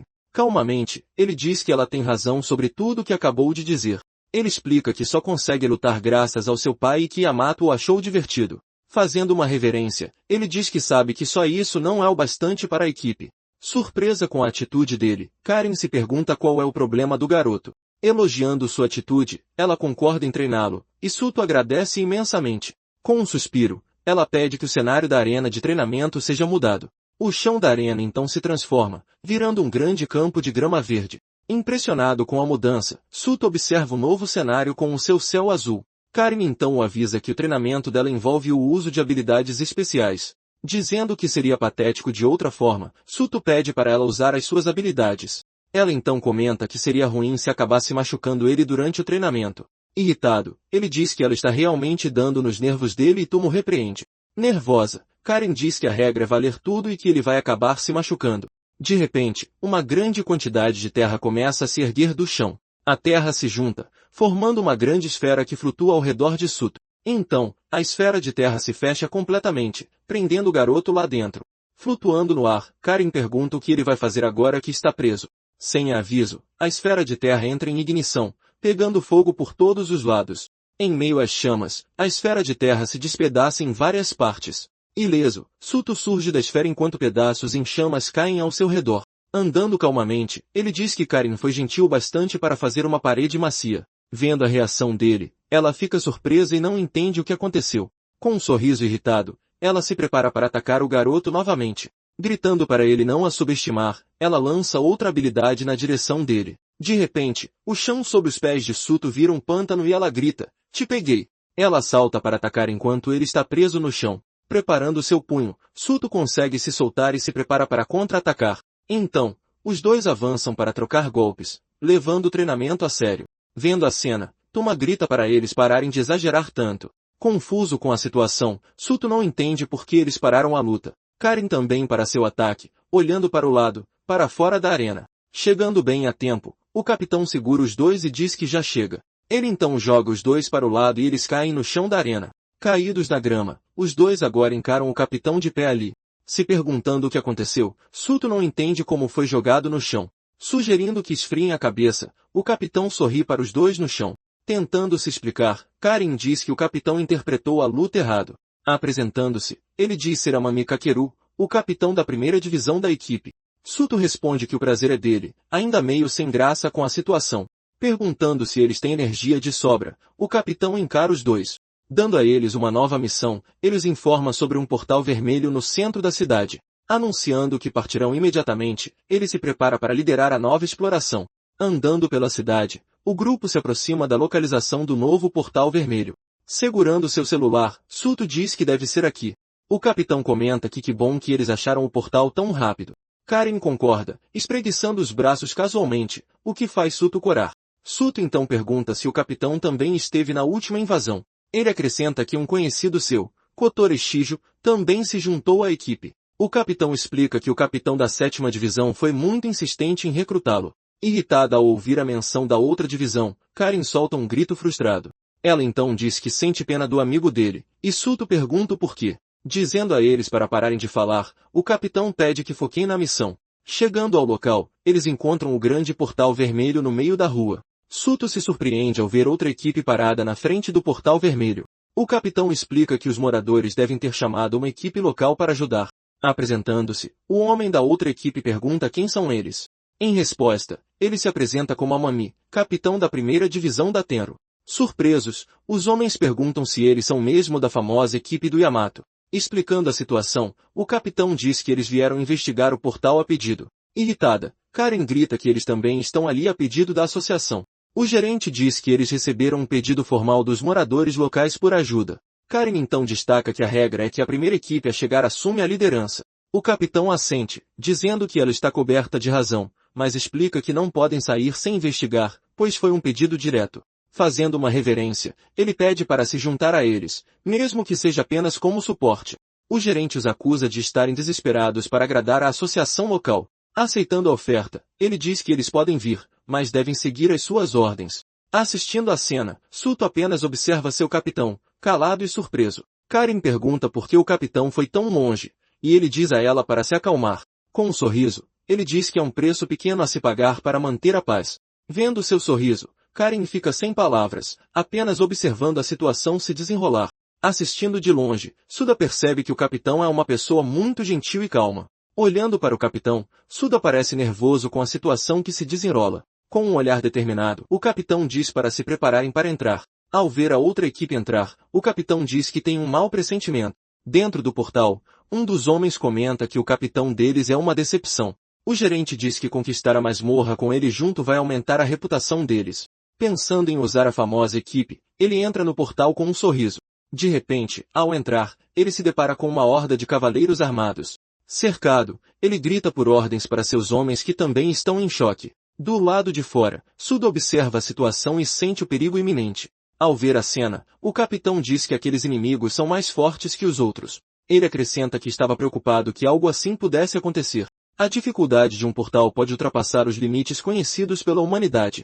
Dentro do portal, um dos homens grita ao ser atacado por um cavaleiro. Vendo isso, Karen suspira e diz que eles não são tão durões assim. Nesse momento, Suda ativa sua habilidade, pronto para pular lá e ajudar. Avançando com tudo, Suda derrota os cavaleiros, abrindo caminho pela horda. Vendo isso, os cavaleiros se viram para encarar o novo inimigo que surgiu. Se aproximando, Suda pergunta ao homem se ele está bem após o ataque. Karen comenta que ele parece ter se movido por puro reflexo para ajudar. O capitão então explica que seu objetivo é ser alguém que não deixa ninguém morrer. Ao ouvir sobre o objetivo dele, Karen fica em silêncio, apenas observando a luta de longe. Ela diz que isso é um sonho impossível, e o capitão concorda que é. Mas ele diz que, mesmo sendo um sonho distante, Suda nunca hesita em tentar. O capitão então pergunta a Karen qual é o objetivo dela nisso tudo. Ele questiona se é ter sucesso ou se destacar entre os outros da idade dela. Enquanto isso, o gerente da outra equipe luta para se defender dos cavaleiros. Sem saber como responder, Karen apenas fica parada, incapaz de dizer uma palavra. Lembrando do passado, ela se vê em uma cidade destruída com uma garota caída. Deitada no chão, ela implora para que a transformem em uma jogadora também. Chorando, diz que não quer que mais ninguém se sinta daquela forma. De volta ao presente, ela cerra os punhos, sentindo a raiva daquela lembrança. Nesse momento, um grande cavaleiro aparece atrás de Suda, pronto para atacá-lo com sua espada. Usando sua habilidade, Karen cria um pilar de pedra que bloqueia o ataque. Ela então estilhaça o braço do cavaleiro, impedindo de atacar novamente. Ouvindo o grito do inimigo, Suda se vira, surpreso com a ajuda inesperada. Furiosa, Karen grita que está com muita raiva de tudo o que está acontecendo. Ela diz que está com raiva de si mesma por ter esquecido seus objetivos. O capitão então pergunta se ela não vai deixar ninguém morrer nesta batalha. Gritando para Suda não atrasá-los, ela o chama para a verdadeira luta. Com todos prontos, o grupo avança para enfrentar a horda de cavaleiros. Usando sua habilidade, Karen faz cristais de pedra irromperem do chão. Os cristais crescem rapidamente, preparando-se para atacar os inimigos à frente. Disparando os espinhos, ela os lança em alta velocidade em direção aos cavaleiros. O ataque atinge a armadura dos cavaleiros, mas não consegue perfurar sua proteção. Surpresa com o resultado, ela não consegue acreditar que o ataque não funcionou neles. Aproveitando a distração, Suda atinge um cavaleiro com sua habilidade de choque. O ataque paralisa a criatura, dando-lhe a chance de contra-atacar. Vendo a brecha, ele se prepara para usar suas chamas e derrotar o cavaleiro. Liberando o fogo do inferno, ele lança uma enorme explosão sobre a horda. Os cavaleiros são atingidos em cheio, seus corpos cobertos por chamas. Em instantes, toda a horda de inimigos é completamente incinerada pelo ataque. Após o ataque, Karen e o capitão observam o resultado em silêncio. Suda então percebe que a defesa deles é alta demais para ser quebrada. Sabendo que sua aura não vai durar, ele vê mais cavaleiros se aproximando. Olhando atentamente, Suda nota algo estranho no meio da horda. Pedindo a Karen para olhar, ele aponta para um cavaleiro diferente no fundo. Ao ver o cavaleiro, ele percebe que sua aura é mais forte que a dos outros. Com um sorriso, Karen diz que ele se destaca demais no meio da horda. Determinada, ela diz que eles o atacarão com força total de uma vez só. Juntos, eles se preparam para liberar suas habilidades mais poderosas no inimigo. Combinando fogo e terra, eles lançam um ataque colossal contra o chefe. O cavaleiro então ergue sua espada e corta o ataque combinado ao meio. Com a espada, ele consegue se proteger enquanto seus guardas o cercam. Ao ver o ataque falhar, Suda e Karen ficam perplexos com o poder do inimigo. De repente, os cavaleiros se organizam em formação, prontos para a batalha. Surpreso, Suda se pergunta se aquelas criaturas têm a inteligência para se organizar. Ele então percebe que isso não é apenas um bando, mas sim um exército. Caído no chão, o gerente da outra equipe não entende o que está acontecendo. Assistindo à luta, ele não consegue acreditar que ainda estão lutando em vez de fugir. O capitão explica que eles lutam porque sabem o que acontece se fugirem. Desesperados, os homens imploram para o gerente fugir, pois não podem vencer sozinhos. Gritando, o gerente diz para não fugirem e os homens ficam surpresos. Ele então pergunta o que acontecerá com a cidade se eles fugirem dali. Com determinação, ele diz que essa é a cidade deles, e que precisam protegê-la. Ele grita que, se fugirem, serão suas famílias e amigos que morrerão em seu lugar. Decidido, ele se prepara para a luta, afirmando que os heróis não precisam ser os únicos lutando. Gritando, ele diz que eles vão dar cobertura para a famosa equipe. Com isso, todos se unem, lutando juntos contra a grande horda de cavaleiros. Com seus poderes, eles conseguem enfrentar os inimigos, lutando lado a lado. Observando a cena, o capitão dá apenas um sorriso discreto. Continuando a luta, Karin e Suda seguem derrubando inimigos com suas habilidades. Mesmo com a ajuda, Karin percebe que a situação ainda é muito complicada. Observando a horda, ela entende que não podem aguentar isso por muito tempo. Com um só golpe, ela derruba mais alguns cavaleiros que estavam em seu caminho. Parado atrás de todos, o capitão começa a liderar sua energia azul. Com isso, Karin se ajoelha e se prepara para usar sua habilidade novamente. Criando pilares de pedra, ela levanta a si mesma e aos outros membros. Com todos seguros nos pilares, eles estão fora do alcance dos cavaleiros. Os pilares se espalham pela área, separando os grupos para a próxima fase. Ao ver a estratégia, Suda pergunta a Karin o que está acontecendo. Surpreso, ele percebe que o capitão está sozinho no meio da horda. Liberando sua energia, ele cria um punho gigante de aura acima de si. Ao verem a habilidade, os cavaleiros se preparam para o ataque iminente. Com o punho pronto, o capitão prepara sua habilidade de aniquilar gigantes. Gritando, ele lança o poderoso ataque de aura em direção aos inimigos. O punho desce com força total, esmagando todos os cavaleiros em seu caminho. Assistindo ao ataque, Karin explica que essa é a habilidade do capitão. No chão, o chefe e seus cavaleiros restantes observam a destruição ao redor deles. Ela diz que ele cria um punho de aura para esmagar os inimigos. Enfrentando o ataque, o cavaleiro-chefe se prepara para o impacto iminente do poder. Com um único golpe, ele varre todos os inimigos, destruindo a horda de cavaleiros. Então, duas esferas de energia avançam, indo direto para o chefe da masmorra. Observando o ataque, Karin comenta sobre o peso formidável daquele único golpe poderoso. Suto também observa a cena, completamente pasmo com a demonstração de força do capitão. Olhando para o capitão, ela diz que nem mesmo o comandante em chefe consegue superá-lo. Um dos homens da outra equipe diz que o poder do capitão é incrível. Nesse momento, uma mão toca seu ombro, e ele se vira para ver quem é. Surgindo atrás dele, um homem mais velho diz que ele venceu. Gritando pelo seu capitão, os homens da equipe Terra observam a cena se desenrolar. Olhando para a armadura, Suto diz que a habilidade do capitão é realmente incrível. Ele explica que é apenas uma habilidade de força bruta sem muita versatilidade. Olhando para Karin, ele diz que a habilidade dela é muito mais complexa. Comparando com a do seu pai, ele diz que a sua própria é bem inconveniente. Surpreso com a menção, Suto pergunta se o capitão conhecia seu pai. O gerente e seus homens se curvam, pedindo desculpas pela grosseria anterior. O capitão então menciona os cavaleiros da Távola Redonda, deixando Suto confuso. Confuso, ele pergunta quem são os cavaleiros, e Karin explica o que ele disse. Ela diz que foi a primeira equipe formada no Japão, antes mesmo de a associação existir. O sistema atual de equipes foi criado com base nas atividades daquele grupo. Muitos membros daquela equipe se tornaram executivos da associação para repassar seus conhecimentos. Ela continua, dizendo que havia exceções, como o capitão e o pai dele. O capitão explica que o pai de Suto se tornou um mercenário depois de deixar a equipe. Chocado, Suto pergunta se o capitão e seu pai eram da mesma equipe. Sorrindo, ele diz que o pai de Suto foi seu mestre e benfeitor. A cena muda e vemos o enorme prédio da associação de jogadores no centro da cidade. Em seu escritório, o presidente da associação descobre que o filho de Keishiro se juntou a eles. Apagando seu charuto, ele diz que entende a situação e vai tomar uma decisão. Ele então anuncia que vai ignorar a entrada ilegal do garoto nas catacumbas. Sentado no sofá, Yamato agradece, e Yusei também se curva em profunda gratidão. Irritado, o presidente grita com Yamato por sua atitude desleixada e irreverente. Yusei pede desculpas e diz que ele e o capitão vão conversar com ele. O presidente grita com ele, dizendo para não ser condescendente com os outros. Ele explica que, como presidente, não pode agir com base em sentimentos pessoais.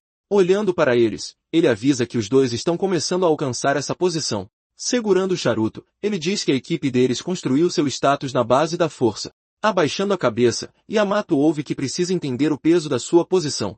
O presidente diz que sabe que a atitude de Yamato é arrogante e autoritária, mas Yamato responde que nunca se esqueceu das suas responsabilidades como alguém com poder. Envolto por sua aura, ele diz que não pensa duas vezes antes de ser imprudente. Ele então diz ao presidente para dar um recado às pessoas que reclamaram. Com um olhar desafiador, ele diz que se tiverem alguma reclamação, devem dizer na cara dele. Observando a cena, o presidente apenas segura seu charuto e dá uma tragada. Rindo da situação, ele comenta que Yamato está questionando se está certo ou errado. Ele se lembra de que Yamato disse a mesma coisa quando se conheceram. Lembrando do passado, ele bagunça o cabelo de Yamato, que diz que eles cresceram juntos. Ele se lembra de Yamato se escondendo em sua bagagem para tentar se tornar um jogador. Irritado, ele grita com o garoto, que cai no chão, assustado com a reação. Gritando com ele, ele pergunta se o garoto quer morrer em um lugar tão perigoso. Ele então diz que ainda é um estudante e não sabe distinguir o certo do errado. Tossindo, um jovem Kakeru diz que não questiona mais o certo e o errado.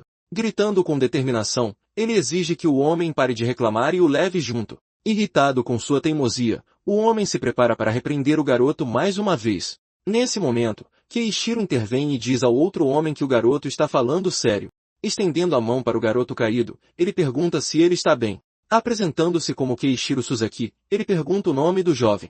Olhando para o homem, o garoto o encara por um momento antes de responder. Pegando a mão estendida, ele se apresenta formalmente a Keishiro como Tenkai Kakeru.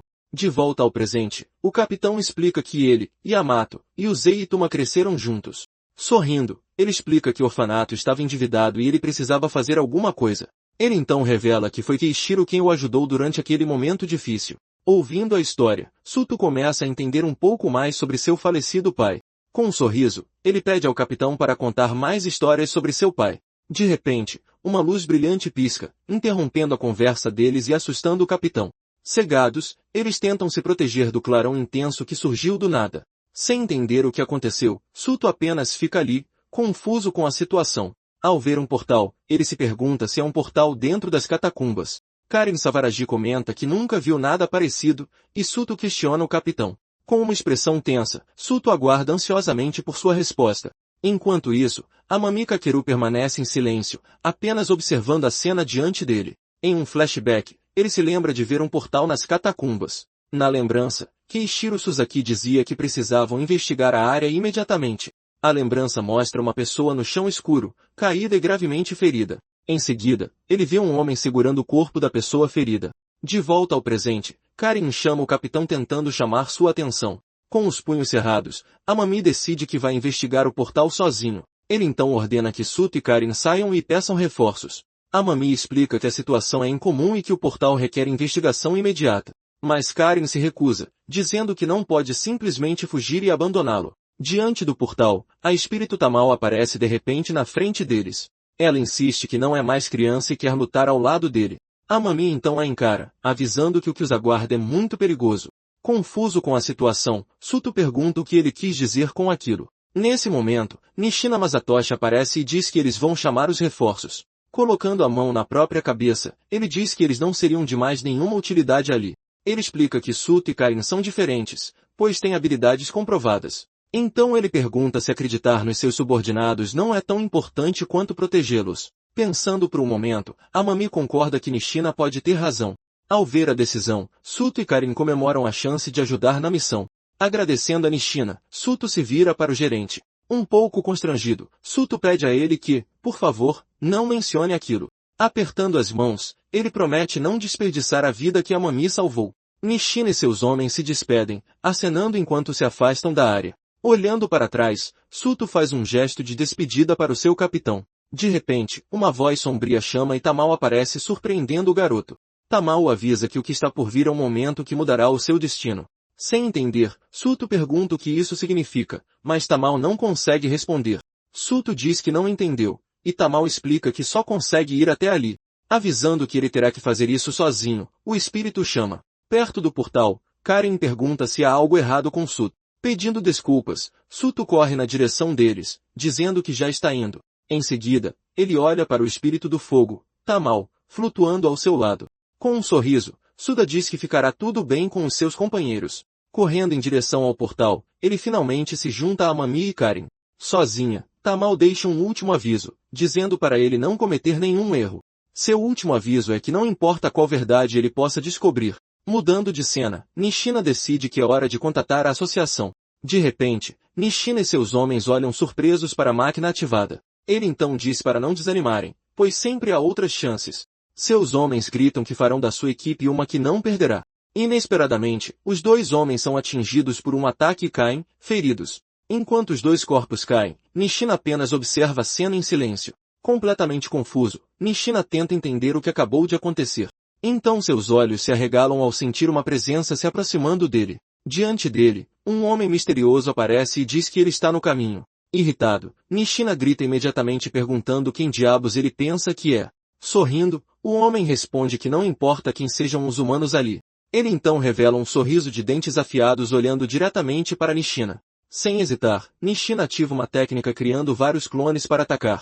Ele prepara a habilidade, que desfere múltiplos golpes e requer um certo tempo. Gritando para ele morrer, Nishina e seus clones avançam todos de uma vez, mas o oponente continua parado, completamente imóvel diante do ataque iminente. De repente, todos os clones de Nishina são atingidos por um único golpe.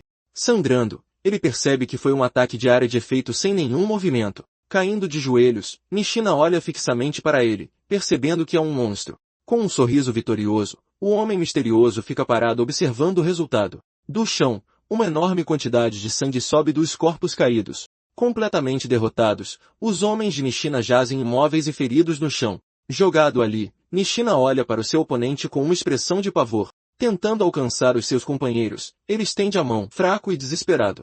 Então o homem diz que a sua alma chata finalmente será de alguma utilidade. Ele então acrescenta que servirá de um bom fertilizante para o lugar.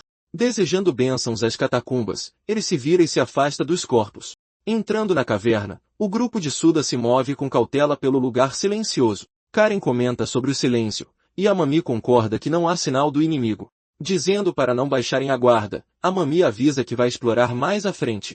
Karen então se vira para Suta, perguntando se ele não acha o capitão estranho. Distraído, Suta pede desculpas, dizendo que não estava prestando atenção no que ela disse.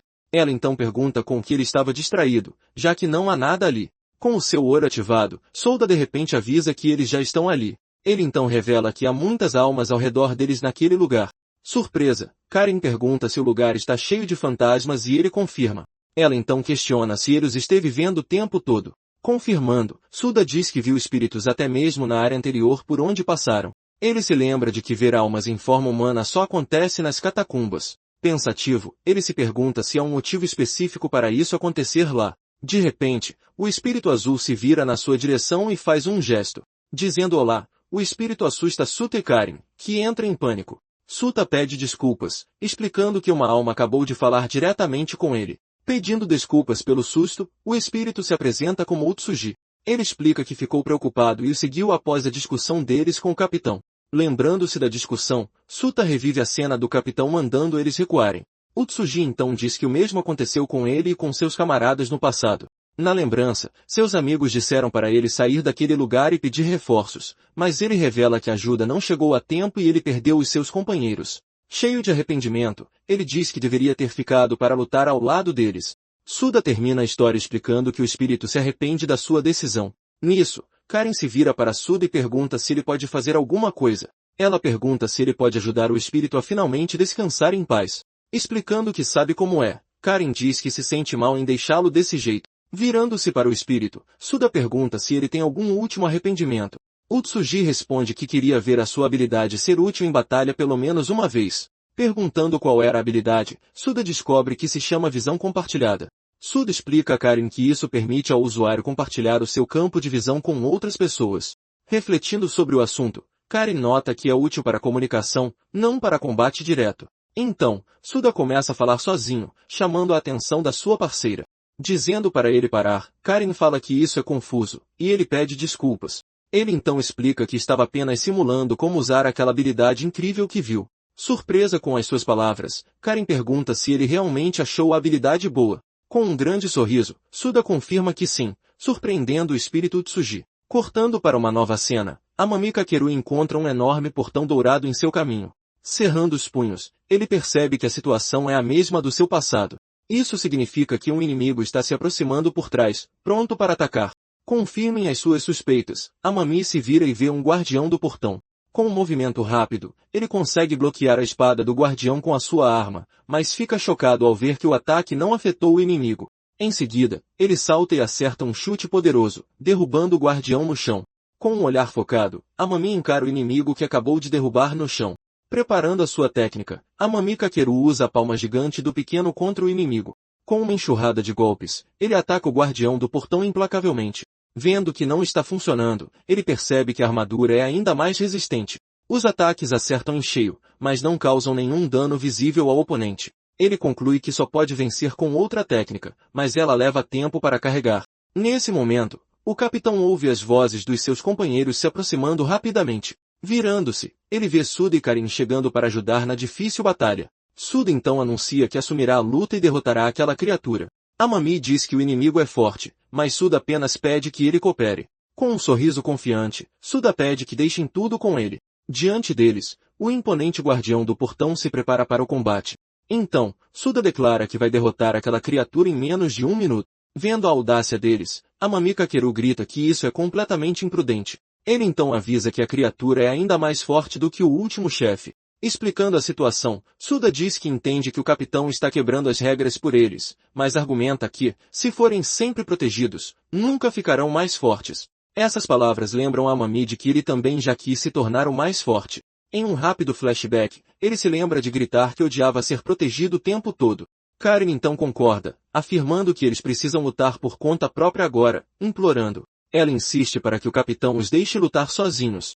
Com relutância, Amami concorda, mas os avisa para recuarem se a luta ficar perigosa. Agradecendo ao capitão, Karin se volta para a batalha enquanto ele os observa. Com um grito, Karin chama por Suda, e os dois avançam para o combate. De longe, Amami apenas observa os dois se prepararem para a grande batalha. Cerrando o punho, ele acha que não tem o direito de ficar feliz com isso. Ele reflete sobre como roubou de Keishiro a alegria de vê-lo crescer. Karin se posiciona na frente do inimigo, preparando a sua próxima habilidade de ataque. Dando um salto, Karin cria cristais gigantescos que irrompem diretamente do chão da caverna. Com sua habilidade, ela consegue prender os pés do guardião firmemente no lugar. Suto então usa os cristais como apoio e corre em direção ao inimigo, mas o guardião reage, estilhaçando uma das amarras de cristal com o pé. Em seguida, ele esmaga o resto dos cristais de contenção com o punho. Aproveitando a distração, Suto se prepara para acertar um soco em chamas no guardião. Ele avança e acerta um golpe poderoso bem no peito da armadura, causando uma explosão massiva. O soco atinge o guardião com força total. Impressionado, Amami nota a ótima coordenação deles, mas continua preocupado com o resultado. Ele então se pergunta se eles têm poder suficiente para realmente derrotar o monstro. Em meio à fumaça, o guardião ainda está de pé, mostrando que continua operacional. Em seguida, ele se liberta completamente dos cristais que prendiam seus pés ao chão. Virando-se, o guardião agora concentra sua atenção diretamente em Karin.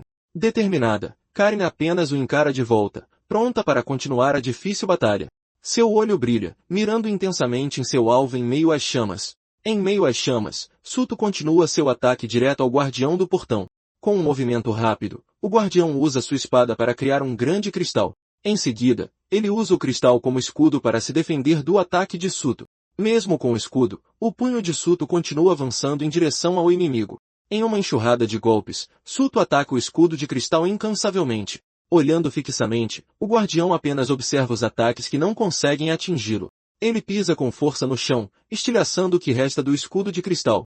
Sem hesitar, o guardião avança, preparando-se para atacar Suto com sua espada. De repente, uma flecha de cristal atinge sua armadura, parando no meio do caminho. Surpreso, Amami diz que a palavra impressionante não chega nem perto de descrever o que ele está vendo.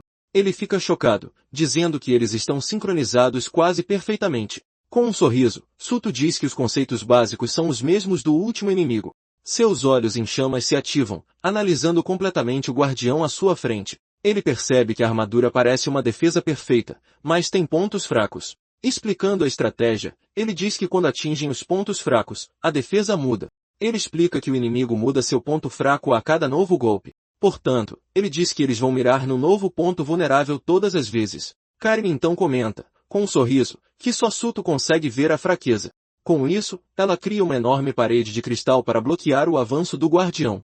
Encostada no cristal, ela encara o inimigo com um olhar confiante. Ela então diz que se pudesse ver, atacaria o ponto fraco diretamente. Usando a visão compartilhada, Suto mostra a Karin exatamente o que ele vê. Com a visão ativa, ele se prepara para o próximo ataque conjunto deles. Encarando o inimigo, Suto se posiciona para o golpe de fogo decisivo. Agachada no chão, Karin prepara uma nova técnica para usar contra o guardião. De repente, o guardião se vê cercado por uma densa nuvem de poeira. Sorrindo, Karin diz que é apenas uma donzela modesta e humilde aqui. Ela acrescenta que é natural deixar o MVP brilhar no momento certo. Cego, o guardião está perdido dentro da tempestade de areia que ela criou. Aproveitando a chance, Suto prepara seu punho para dar o golpe final. Gritando para que ele o esmague, Karin incentiva Suto a usar toda a sua força. Com um golpe poderoso, Suto acerta diretamente no ponto fraco do guardião. Quando a poeira baixa, Karin se protege do impacto da explosão. Com um sorriso vitorioso, ela pisca para Suto, mostrando sua confiança. O golpe atinge o guardião em cheio, causando uma explosão de alto impacto. Aterrissando no chão, Suto observa o resultado do seu ataque final bem-sucedido. Com a visão ainda ativa, Suto comenta que levou exatamente 1 minuto para vencer. Após a batalha, ele se vira e olha para o espírito, Utsuji. Suto então diz a ele que eles conseguiram realizar seu último desejo. Com um sorriso, Suto o agradece, dizendo que foi tudo graças à sua habilidade. Ouvindo isso, o espírito Tsuji fica claramente emocionado com as palavras de Suto. Confirmando com um sim, os dois então tocam os punhos. Uma janela de sistema aparece informando que o arrependimento de Utsuji foi resolvido. Com isso, a condição de conclusão é revelada, usar a habilidade. Em seguida, o sistema anuncia que a habilidade dele será herdada por Suto. Agradecendo a Suto, o espírito diz que não tem mais nenhum arrependimento. Ele também agradece a Karin e ao capitão, deixando ambos surpresos. Karin então comenta que aprendeu muito, apesar de achar a habilidade difícil de usar. Com um sorriso, Suto diz que está feliz por tê-los conhecido no fim, mas Utsuji os deixa com um aviso final para terem muito cuidado. Ele explica que teve um mau pressentimento desde que entrou naquele portão estranho. O espírito revela que se sentiu como se estivesse se perdendo lentamente. Ele acrescenta que teria acabado como os outros espíritos se tivesse ficado mais tempo. Despedindo-se, ele diz a eles para terem cuidado e começa a desaparecer. Enquanto o espírito desaparece, Suto, Karin e Amami apenas observam em silêncio. Refletindo sobre suas palavras, Suto tenta entender o que ele quis dizer. Ele então se pergunta se isso tem a ver com Tamal não tê-lo seguido. Reclamando, Karin diz que ele os deixou com últimas palavras muito sinistras. Ela então pergunta se Suto não está assustado e com vontade de voltar atrás. Rindo da provocação dela, ele responde que de jeito nenhum, e ambos riem. Em seguida, Karin diz ao capitão que eles devem continuar, e ele concorda. De pé diante de um enorme portão dourado, eles se preparam para entrar. Suto se aproxima e coloca a mão na porta para abri-la. Empurrando o portão para abrir, eles entram em um enorme corredor totalmente dourado. Lá dentro, eles observam o grande salão iluminado por algumas tochas. Surpreso com a visão, Suto se pergunta que lugar é esse. Amami então confirma suas suspeitas, dizendo que é o mesmo lugar de antes. De repente, Karin grita, dizendo para eles olharem para onde ela está apontando. Com uma expressão tensa, Amami pergunta o que é aquilo que ele está vendo. No centro da sala, eles encontram uma espécie de ovo incrivelmente sinistro. Karin se vira, perguntando aos outros se eles sabem o que é. Ela encara o objeto misterioso com um olhar de pura apreensão e desconfiança. Vendo a reação dele, o capitão chama por Suto, preocupado com a situação. Completamente chocado, Suto diz a si mesmo que isso não pode ser real. Usando sua visão, ele vê o espírito de Tadashi Goto perto do ovo. Olhando diretamente para ele, o espírito de Goto apenas observa a cena seriamente. Desesperado, Suto grita, tentando chamar a atenção do seu capitão para o perigo. Cortando para um escritório, Bando Ryunosuke pergunta se é a alma da mesma pessoa. Comendo um doce, Yamato Tsumeragi confirma que sim, é exatamente a mesma alma. Ele explica que conhecia Goto, o vice-capitão, e que não há dúvidas sobre isso. Bando então sugere que talvez seja apenas alguém muito parecido com ele. Balançando a cabeça, Yamato diz que isso é impossível, já que até a habilidade usada foi a mesma. Sem entender tudo isso, Bando pergunta o que diabos tudo isso realmente significa. Yamato então o provoca, dizendo que o velho realmente não tem imaginação. Vendo a provocação, Yusei Igarashi dá um tapa na nuca de Yamato. Apontando para ele, Bando pergunta se ele tem alguma ideia sobre o mistério. Comendo um doce, Yamato confirma que sim, ele tem uma pequena ideia. Yamato revela que Suto conversou com a alma de Goto por um tempo, então ele conclui que existem duas pessoas idênticas com as mesmas experiências de vida. Segurando o doce, a expressão de Yamato fica séria enquanto ele pensa no assunto. Ele então apresenta a teoria de que existia um outro mundo igual ao deles. De volta à caverna, Suto diz que aquela pessoa é, sem dúvida, o Uta. Vendo a reação dele, Karen grita desesperadamente, chamando o nome de Suto. Com os olhos arregalados, Suto fica completamente paralisado com o que acabou de ver. Virando-se em pânico, ele olha para trás com uma expressão de puro terror.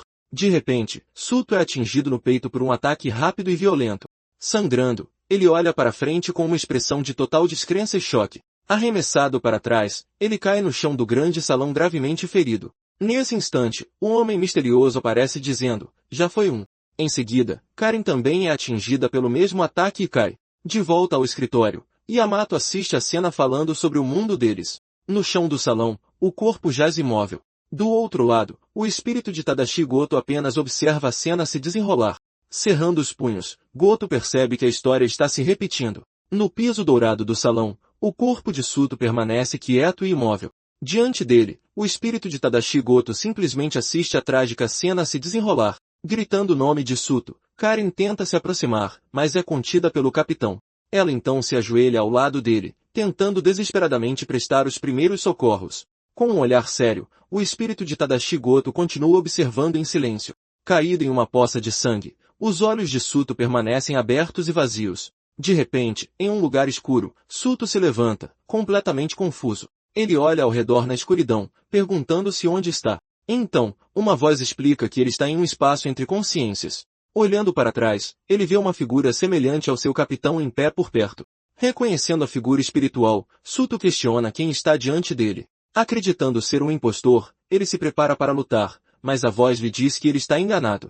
Revelando sua identidade, ele diz ser o verdadeiro Amami do mundo anterior. Sem entender, Suto pergunta o que ele quer dizer com mundo anterior. Olhando mais de perto, ele conclui que aquela pessoa é definitivamente o seu capitão. Ele então explica que o mundo regrediu por algum motivo desconhecido.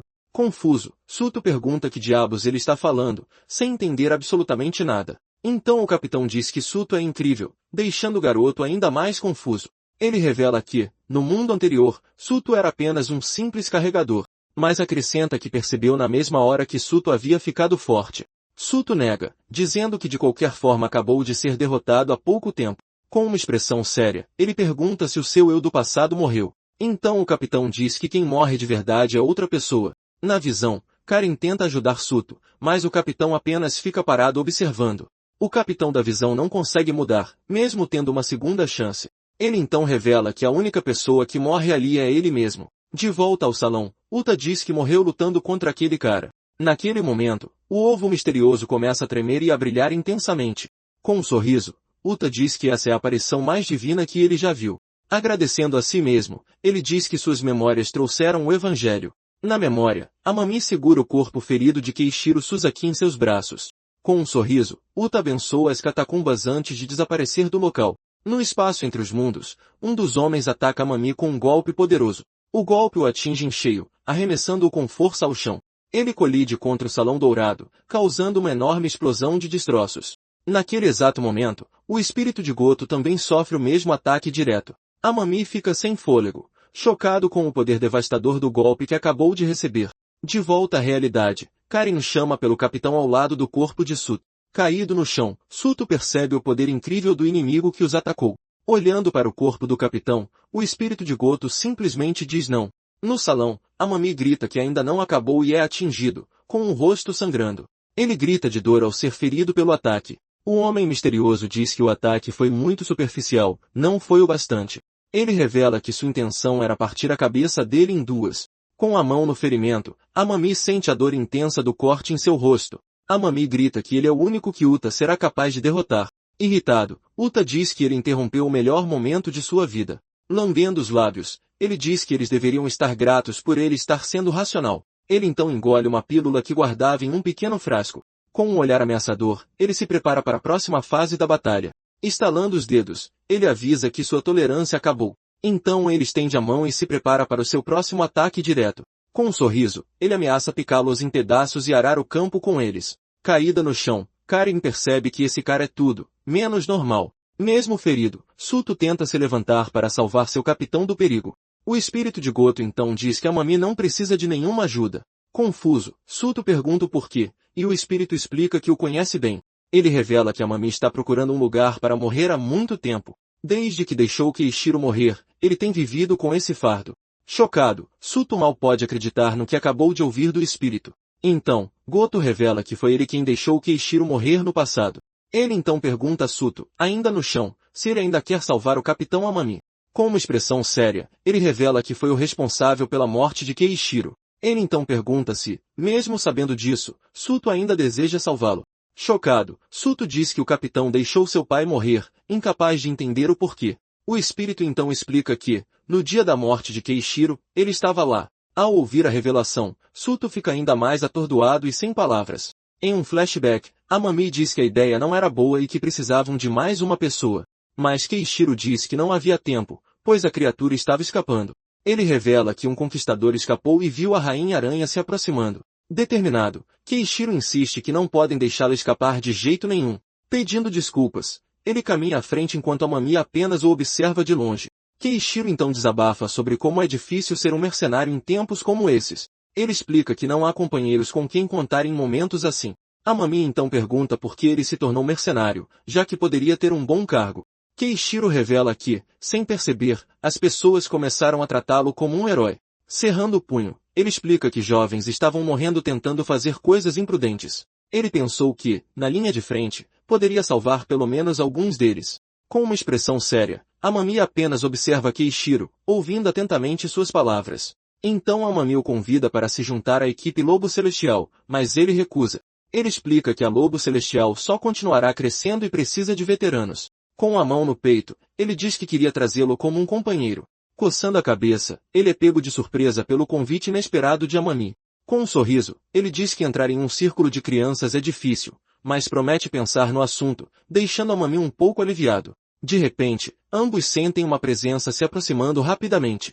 Diante deles, surge uma criatura esquelética, segurando uma espada e pronta para o ataque. Keishiro pergunta se dão conta, e Amami rebate lembrando de quem o treinou. Com um grito, os dois avançam juntos para enfrentar a criatura esquelética. Após a batalha, os ossos do monstro jazem espalhados e queimando no chão.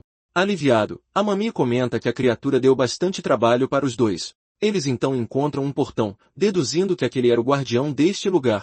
Cuidadosamente, Keishiro se aproxima e empurra o grande portão dourado. Atrás do portão, eles encontram uma enorme horda de monstros prontos para o ataque. Keishiro diz para ele ficar alerta, pois tem um mau pressentimento sobre isso.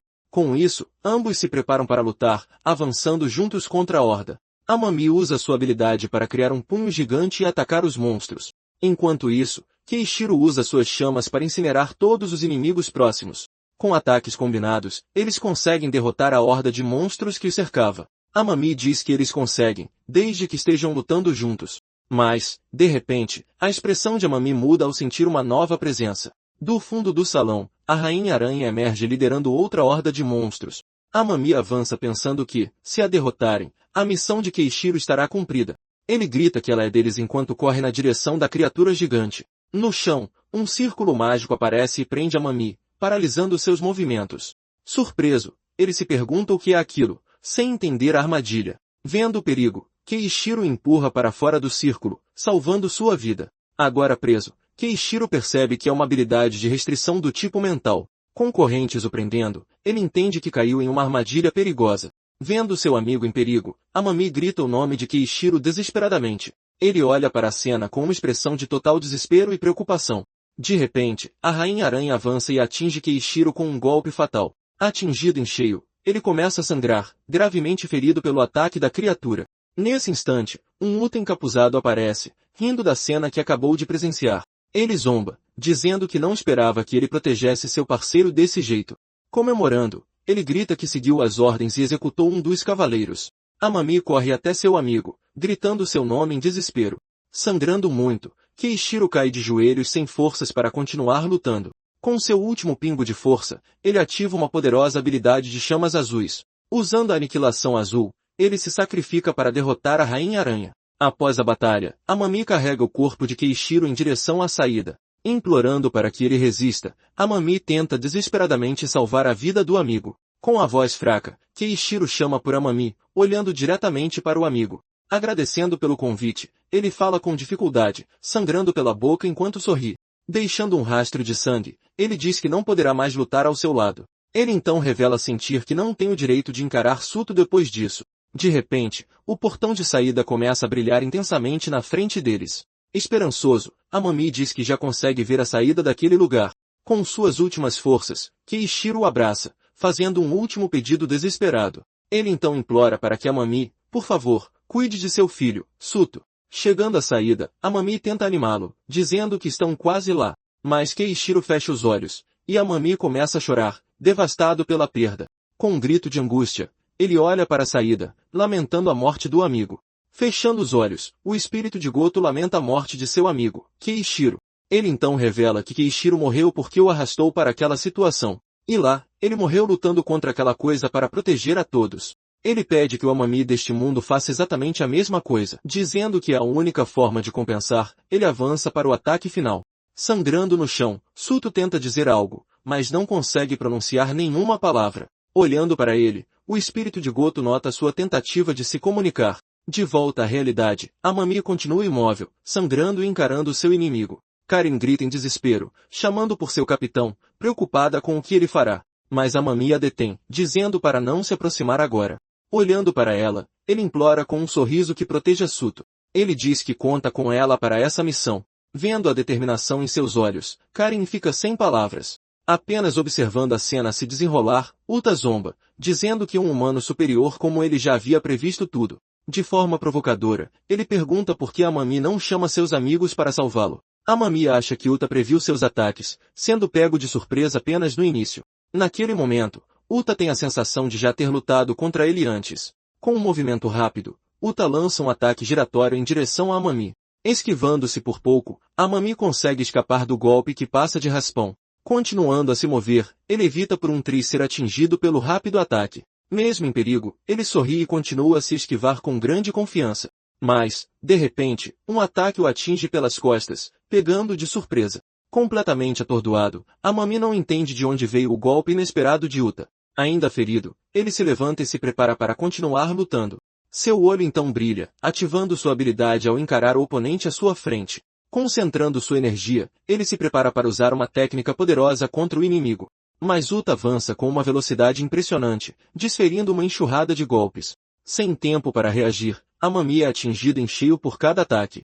Sem espaço para carregar sua aura, ele continua recebendo os golpes de Uta. Inesperadamente, uma mão de energia surge e bloqueia o ataque que estava prestes a atingi-lo. Com uma expressão séria, outro homem misterioso aparece e ataca à distância. Usando uma habilidade, ele cria uma enorme mão de energia para esmagar Uta. Despedaçando a mão, Uta dispersa a energia, libertando-se do ataque que o prendia. Amami percebe que Uta espalhou golpes invisíveis por toda a área.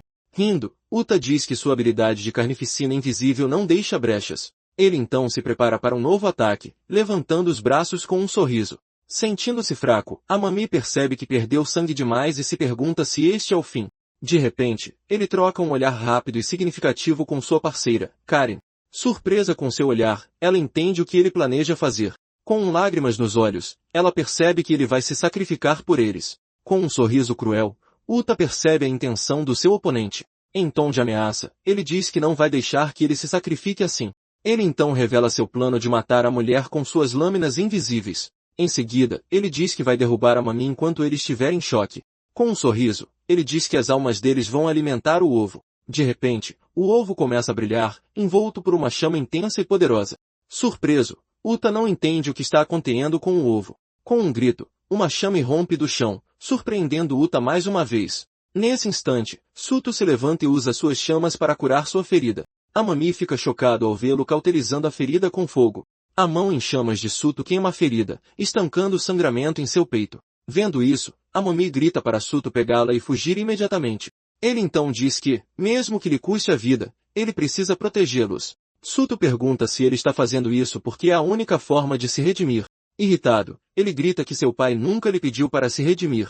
Pelo contrário, Suto revela que o pai dele era muito grato por tudo. Ele então diz que o único arrependimento de seu pai foi não ter salvado a mãe dele, e o outro foi não ter conseguido deixar nenhuma palavra para o filho. Com lágrimas nos olhos, Amami ouve atentamente as palavras de Suto. Suto grita que as palavras do seu pai não são uma maldição com o intuito de levá-lo embora. Gritando de raiva, Uta avisa que não vai deixá-los morrer tão facilmente.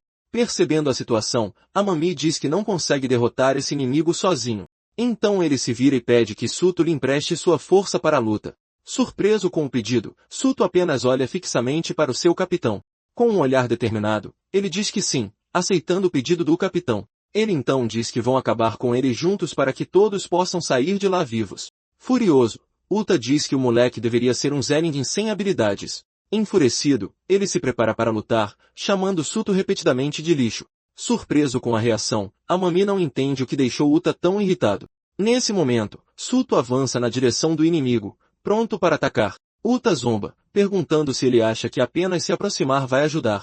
Com um movimento rápido, ele lança um ataque giratório com suas lâminas invisíveis. O ataque atinge Suto de raspão, que desvia do golpe por pouco. Saltando para trás, ele escapa do ataque e se prepara para contra-atacar. Rindo, Uta chama Suto de idiota, acreditando ter vencido a disputa. Mas Suto diz que consegue ver perfeitamente através de um lixo como ele. De repente, o chão começa a rachar, revelando uma armadilha inesperada para Uta. Várias fissuras se abrem no chão, cercando o inimigo completamente. Assustado, Uta se pergunta o que é isso, sem entender o que está acontecendo. Com um movimento rápido, Suto se aproxima e o ataca diretamente com um punho. O soco o atinge em cheio, causando um enorme impacto e mandando Uta pelos ares. Com uma expressão de dor, Uta grita ao ser atingido pelo golpe de Suto. Ele então agarra Suto, tentando revidar o ataque que acabou de receber. Sangrando, ele encara Suto com um olhar de pura raiva e frustração. Uta então dá uma cabeçada em Suto, arremessando-o para trás com força. Correndo para frente, Suto nota a lâmina invisível cercando a área. Uta então percebe que Suto escorregou pelas brechas da sua barreira de medo. Em seguida, Suto acerta uma série de socos poderosos no peito de Uta. Uta usa uma de suas lâminas para se defender, mas Suto a despedaça. Irritado, ele se prepara para outro ataque com suas lâminas invisíveis. Usando sua técnica, ele tenta encurralar Suto, mas o garoto consegue desviar. Com os olhos ativados, Suto analisa completamente a habilidade do inimigo. Ele entende que as habilidades são ativadas pela aura do usuário, e a fonte de toda a aura é, de fato, a própria alma. Usando sua visão, Suto consegue ver a alma deles e prever os ataques de Uta. Com sua visão da alma, Suto se aproxima e se prepara para o golpe final. Com um último soco, Suto derrota Uta, jogando brutalmente contra o chão. Caído e derrotado, Uta jaz imóvel em meio aos destroços do Salão Dourado. Vendo a vitória, Karen grita desesperadamente, chamando pelo seu capitão ferido. Ao se aproximar dele, ela o ajuda a se levantar e pede desculpas. Amami então reflete que, como Suto pode ver o invisível, a vitória já era certa. Para Suto, aquele cara não passava de um inimigo natural. Com a sua visão da alma ativada, Suto se torna um predador natural. Mas, mesmo vendo a vitória, Karen não consegue afastar um mau pressentimento. Ela se pergunta por que ele não usou a visão compartilhada para que pudessem vencer juntos. Com muitas dúvidas na cabeça, ela começa a chegar a uma única resposta. Karen então percebe que não é que ele não queira, mas sim que não consegue. Depois de tantas batalhas, Suto já está completamente exausto e machucado. Seus ferimentos são tão graves que é um milagre ele ainda estar de pé. Ela tem certeza de que ele já está muito perto do seu limite. Vendo seu estado, ela segura seu braço, preocupada com a condição dele. Surpresa, Karen chama pelo capitão, vendo que ele também está gravemente ferido. Com um olhar para Suto, ela percebe que o seu palpite sobre ele estava certo. Sem muita escolha, Uta entende que Suto só consegue usar um grande ataque. Mesmo ferido, Suto provoca Uta, perguntando se isso é tudo que ele tem. Completamente certo de sua vitória, Suto encara Uta com um olhar desafiador. Ele então o desafia, dizendo para vir com tudo que tem e acrescenta um aviso de que, se não o fizer, Uta é quem vai virar adubo. Com um grito de fúria, Uta quebra um frasco de poção na própria cabeça. A poção se espalha, e ele começa a concentrar a sua energia para um ataque. Uma enorme quantidade de energia o envolve, preparando-o para o golpe final. Sentindo a pressão, Karen luta para suportar a força dessa energia. Amami então percebe que a droga não apenas cura, mas também aprimora sua aura. Suto diz para ele usar o quanto quiser, porque isso não vai adiantar nada. Com um olhar determinado, ele revela que já decidiu qual golpe usar para derrotá-lo.